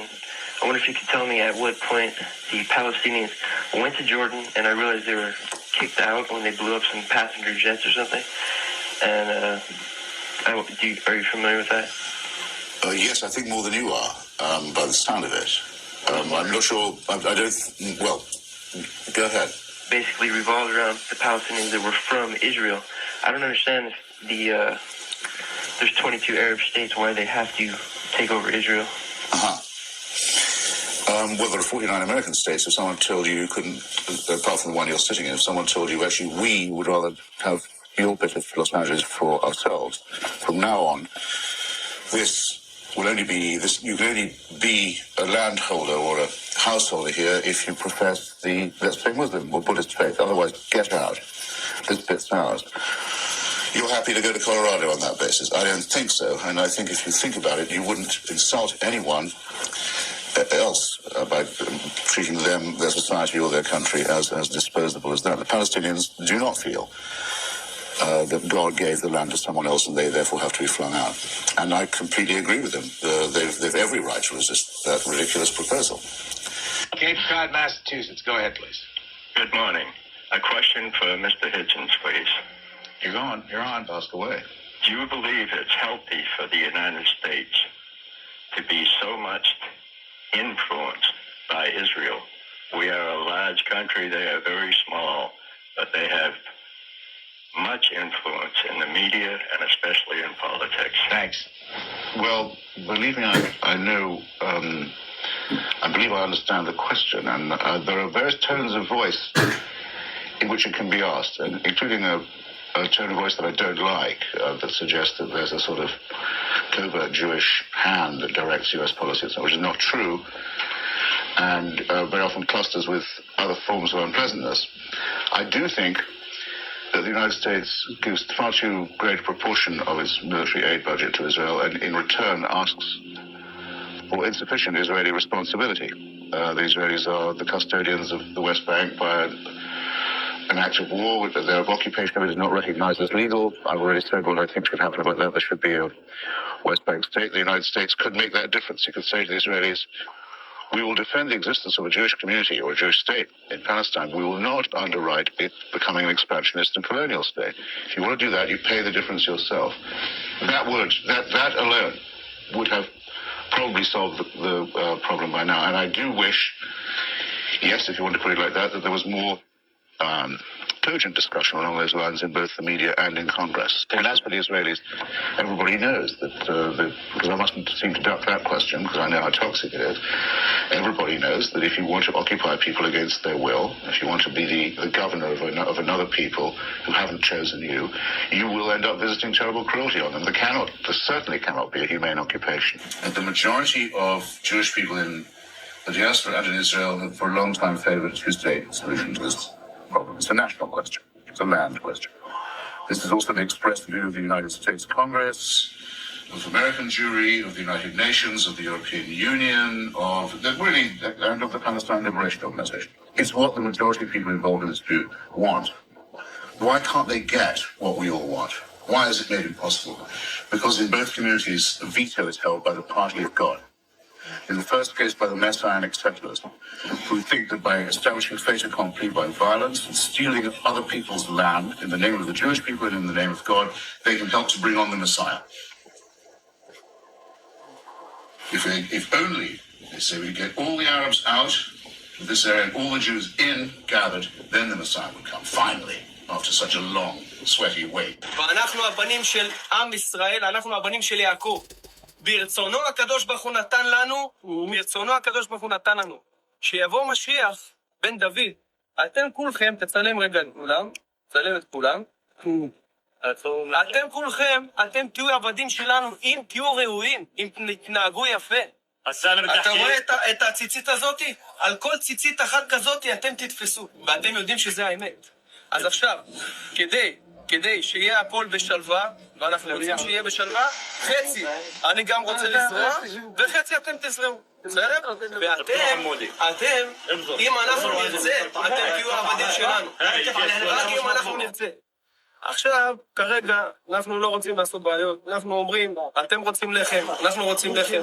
אזרח חצי. בסדר, אנחנו ניתן לכם לחם, אבל זה אדמה שלנו. בודק, אמרנו שיש שלום ויש שתי מדינות. מדינה ב-77, אני נחצ'י אהוב. תלך תעשה לחם במדינה שלך. פה זה המדינה שלי? לא, זה לא נכון. זה לא נכון. לא נכון. פה זה ארץ שלי. זה של אבא שלי. האדמה הזאת היא של אבא שלי. האדמה הזאת היא לא של אבא שלי. של אבא שלי. האדמה הזאת... יש ניירות, זה של אבא שלי. האדמה הזאת זה שלנו, של ארץ ישראל, של יהודים. אתה יודע טוב. Even if, like me, you think that as a secular Jewish person, secular partly Jewish person, that the probability is, on secular grounds, Zionism was a very big mistake to begin with, and is a false messiah for the Jewish people, whose main achievements have been in secular diaspora societies. Even if you believe that, the fact remains that there is a self-determined Jewish community in Palestine, that is something to which I think the Jewish people do have a right. Maybe not to a state, certainly not to an exclusive one, but to a diaspora derived Yishuv, as it used to be called. As much right, in other words, to be in Palestine as any other historic community does. What's gone wrong with the Israel-Palestine dispute? What's most notably gone wrong? Ask yourself, because this is going to come back to you very soon and haunt you again. Well, there are two communities, one Arab and actually quite largely Christian, but predominantly Muslim. One Jewish and quite predominantly secular, both approximately the same size and number, with equally good claims to at least part of the land. And the majority of Jewish people in the diaspora and in Israel have for a long time favored a two-state solution to this problem. It's a national question. It's a land question. This is also the expressed view of the United States Congress, of American Jewry, of the United Nations, of the European Union, and of the Palestine Liberation Organization. It's what the majority of people involved in this dispute want. Why can't they get what we all want? Why is it made impossible? Because in both communities, a veto is held by the party of God.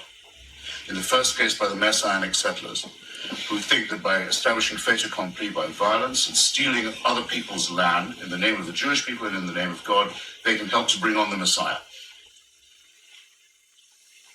If only, they say, we get all the Arabs out of this area and all the Jews in, gathered, then the Messiah would come, finally, after such a long, sweaty wait for his arrival. On the Arab-Palestinian side, the veto is now held, the whip hand is now held by a party that says you're absolutely right that God decides matters in this territory. You're completely right. Only he can award territory. He's the king of real estate around here. It says you've got the wrong God. He says it only belongs to Muslims. Not just Arabs. Or Palestinians, only Muslims. Not Christians, not secularists. Let them try and live their lives if they want in Gaza or the West Bank. They'll have a hard time. A harder time. So that the whole world is in danger of going to hell on a sled because of the parties of God in Palestine, and nuclear weapons have been introduced into this combat. And it's an Israel-Palestine question. And it's a question of primogeniture and real estate. Because it's not as though they were stealing land that was never theirs, and it's not as though the others were never there. It's a question that all of them were there very, very far back, and then until the 7th century they were not there, and then the dispossessed became the dispossessors, and it's a rather complicated story, mostly with real estate, and as I said, primogeniture. Who came first? Was it the God of Abraham? Was it Muhammad? Was it Jesus? I think that that's the complication. I don't think that the wild cowboy madmen in the colonies and the settlements are anything typical. Of course, they're atypical. But I don't think that the question of Israel-Palestine starts there. I think it started way long ago. And of course, the only solution is a two-state, as we all know, and we're all on the same side. It was just that I wanted to bring up the point of the origin of the conflict. I don't know if you agree. Well, it's always good to be asked to begin by straightening out the Israel-Palestine question. So why don't we get that out of the way? I think there's a distinction you're failing to make, and it's actually, if I may say it, clarified a little in. It's called Dieu n'est pas grand, available at fine bookstores everywhere, including in this voisinage. Israeli archaeology, which I think is a very courageous and honest profession, particularly Professor Finkelstein, the head of the department at the University of Tel Aviv, has clarified it for us. The story of the Exodus from Egypt, the wandering in Sinai, the conquest of Jericho, so it is all false from beginning to end. It's completely, fantastically made up. There isn't a word of truth in it, and it's just as well it isn't true, because it involves, if it were true, it would involve divine instruction for genocide and enslavement, as well as genital mutilation and a lot of other things without which we could well do. However, Israeli archaeology, many Jews say, come on, what if it's none of it's true? The whole Moses thing is all made up. Can't you give me anything to cling to? What? Yes. If you go and dig in Palestine, the first thing that any archaeologist will do going to a village will be dig in the rubbish dump, find what people threw away and when and in what order. It's very, very interesting always. Well, in certain hill communities, way, way, way back, you will find that while all the other neighboring villages do have pig birds in their middens and in their culture. These villages don't. No pigs. That's not the only proof, but it's one of many. There have been Jewish people in Palestine for a very long time. Their claim to the right to live there is as good as anybody else's, and better than some. But the question is this. It was posed by many Jewish spokesmen at the very beginning of the enterprise, when Herzl first rooted it. Do you want a state for Jews in Palestine? Or do you want a Jewish state? Now just ponder this for a second. Since I'm stuck with this, I may as well absolutely clarify it. Here's what I mean by that distinction. Should Pakistan be what was the first claim to be a state for Muslims in India? Muslims in India feel safe in their own state. Or should it be a Muslim state where everyone has to follow Muslim law? And where if you're not a Muslim, you don't really have any your rights. And that's the difference Zionism attempts to blur. And I think we would be better off with unblurred. There you go. Let's go to another student in Denver. Go ahead, please. Please go ahead. That's Professor. Go ahead. Good morning, everybody. I'm Yang Ming. I'm a visiting scholar from China. I'm against the possible war to Iraq. One of the reasons for Bush to make possible war to Iraq is that Iraq violates UN's resolution. Of course, UN's resolution should be respected by every country, but there are still some countries in the world that violate UN resolutions. For example, Israel. What was U.S. government's attitude to it? Thanks, Professor. We get the point of the question. Do you have a comment on that? Professor Yelmi is, of course, right. I think the Israelis have probably racked up the largest number of UN condemnations for the appalling mistreatment of the non-Jewish population, the other population of Palestine.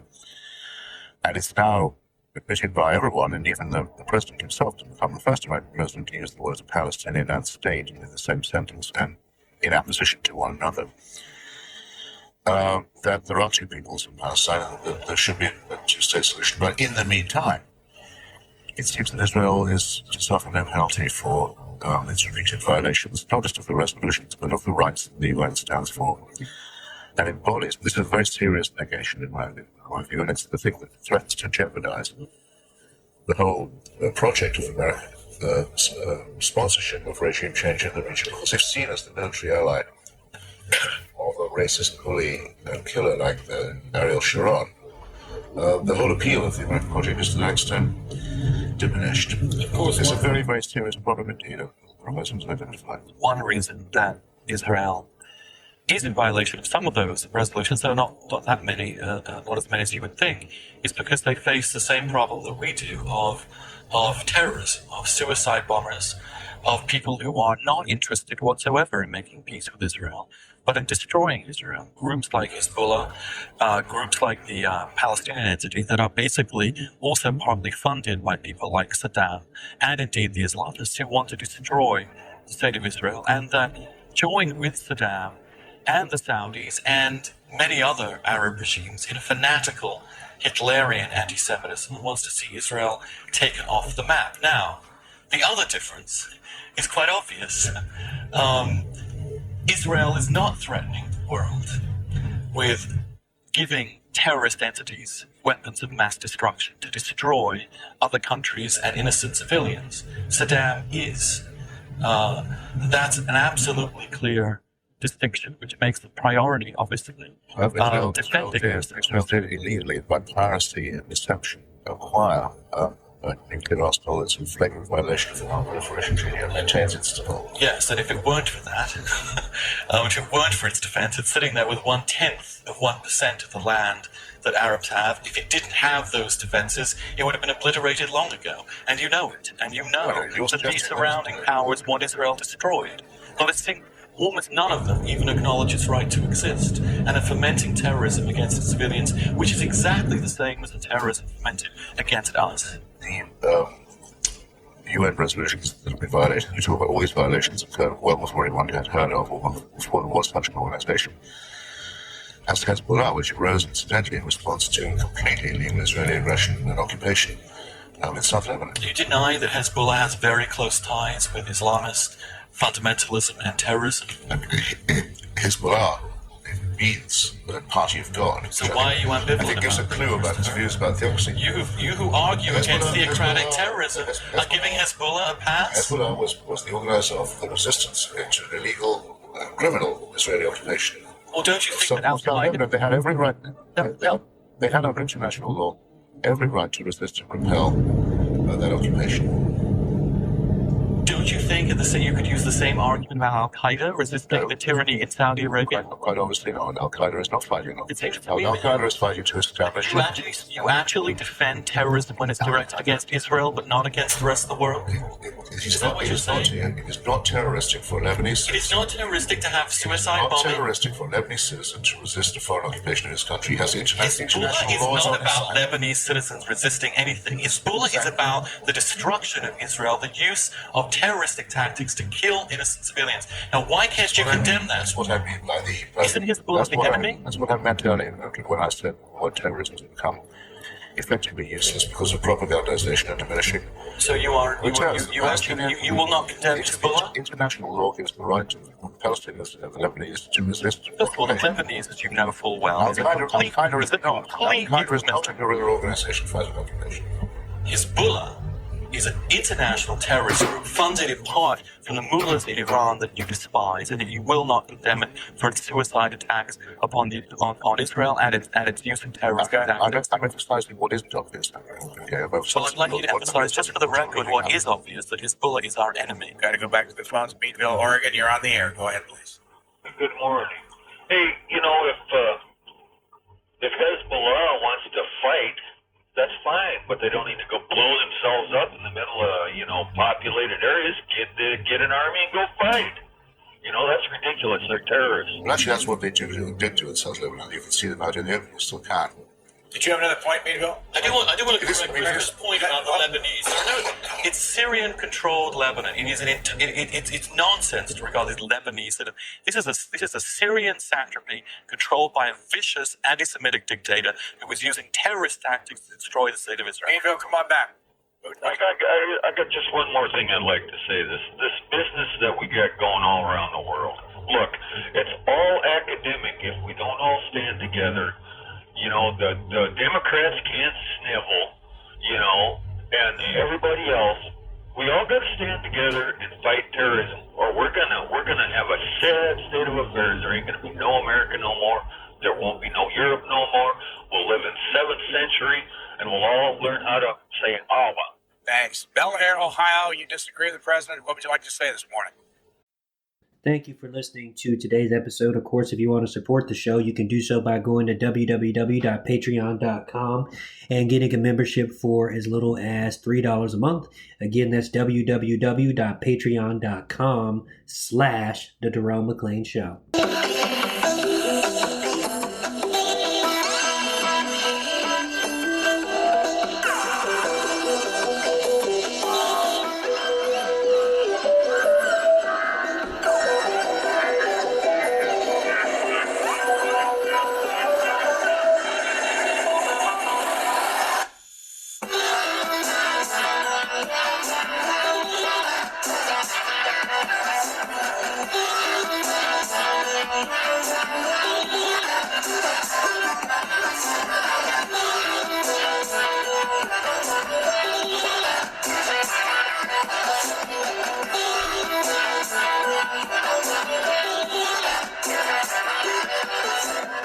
The Jerome McClain Show is fully listener-supported, independent media that won't lead you to tribalism. Get a membership and support independent media at www.patreon.com/The Jerome McClain Show.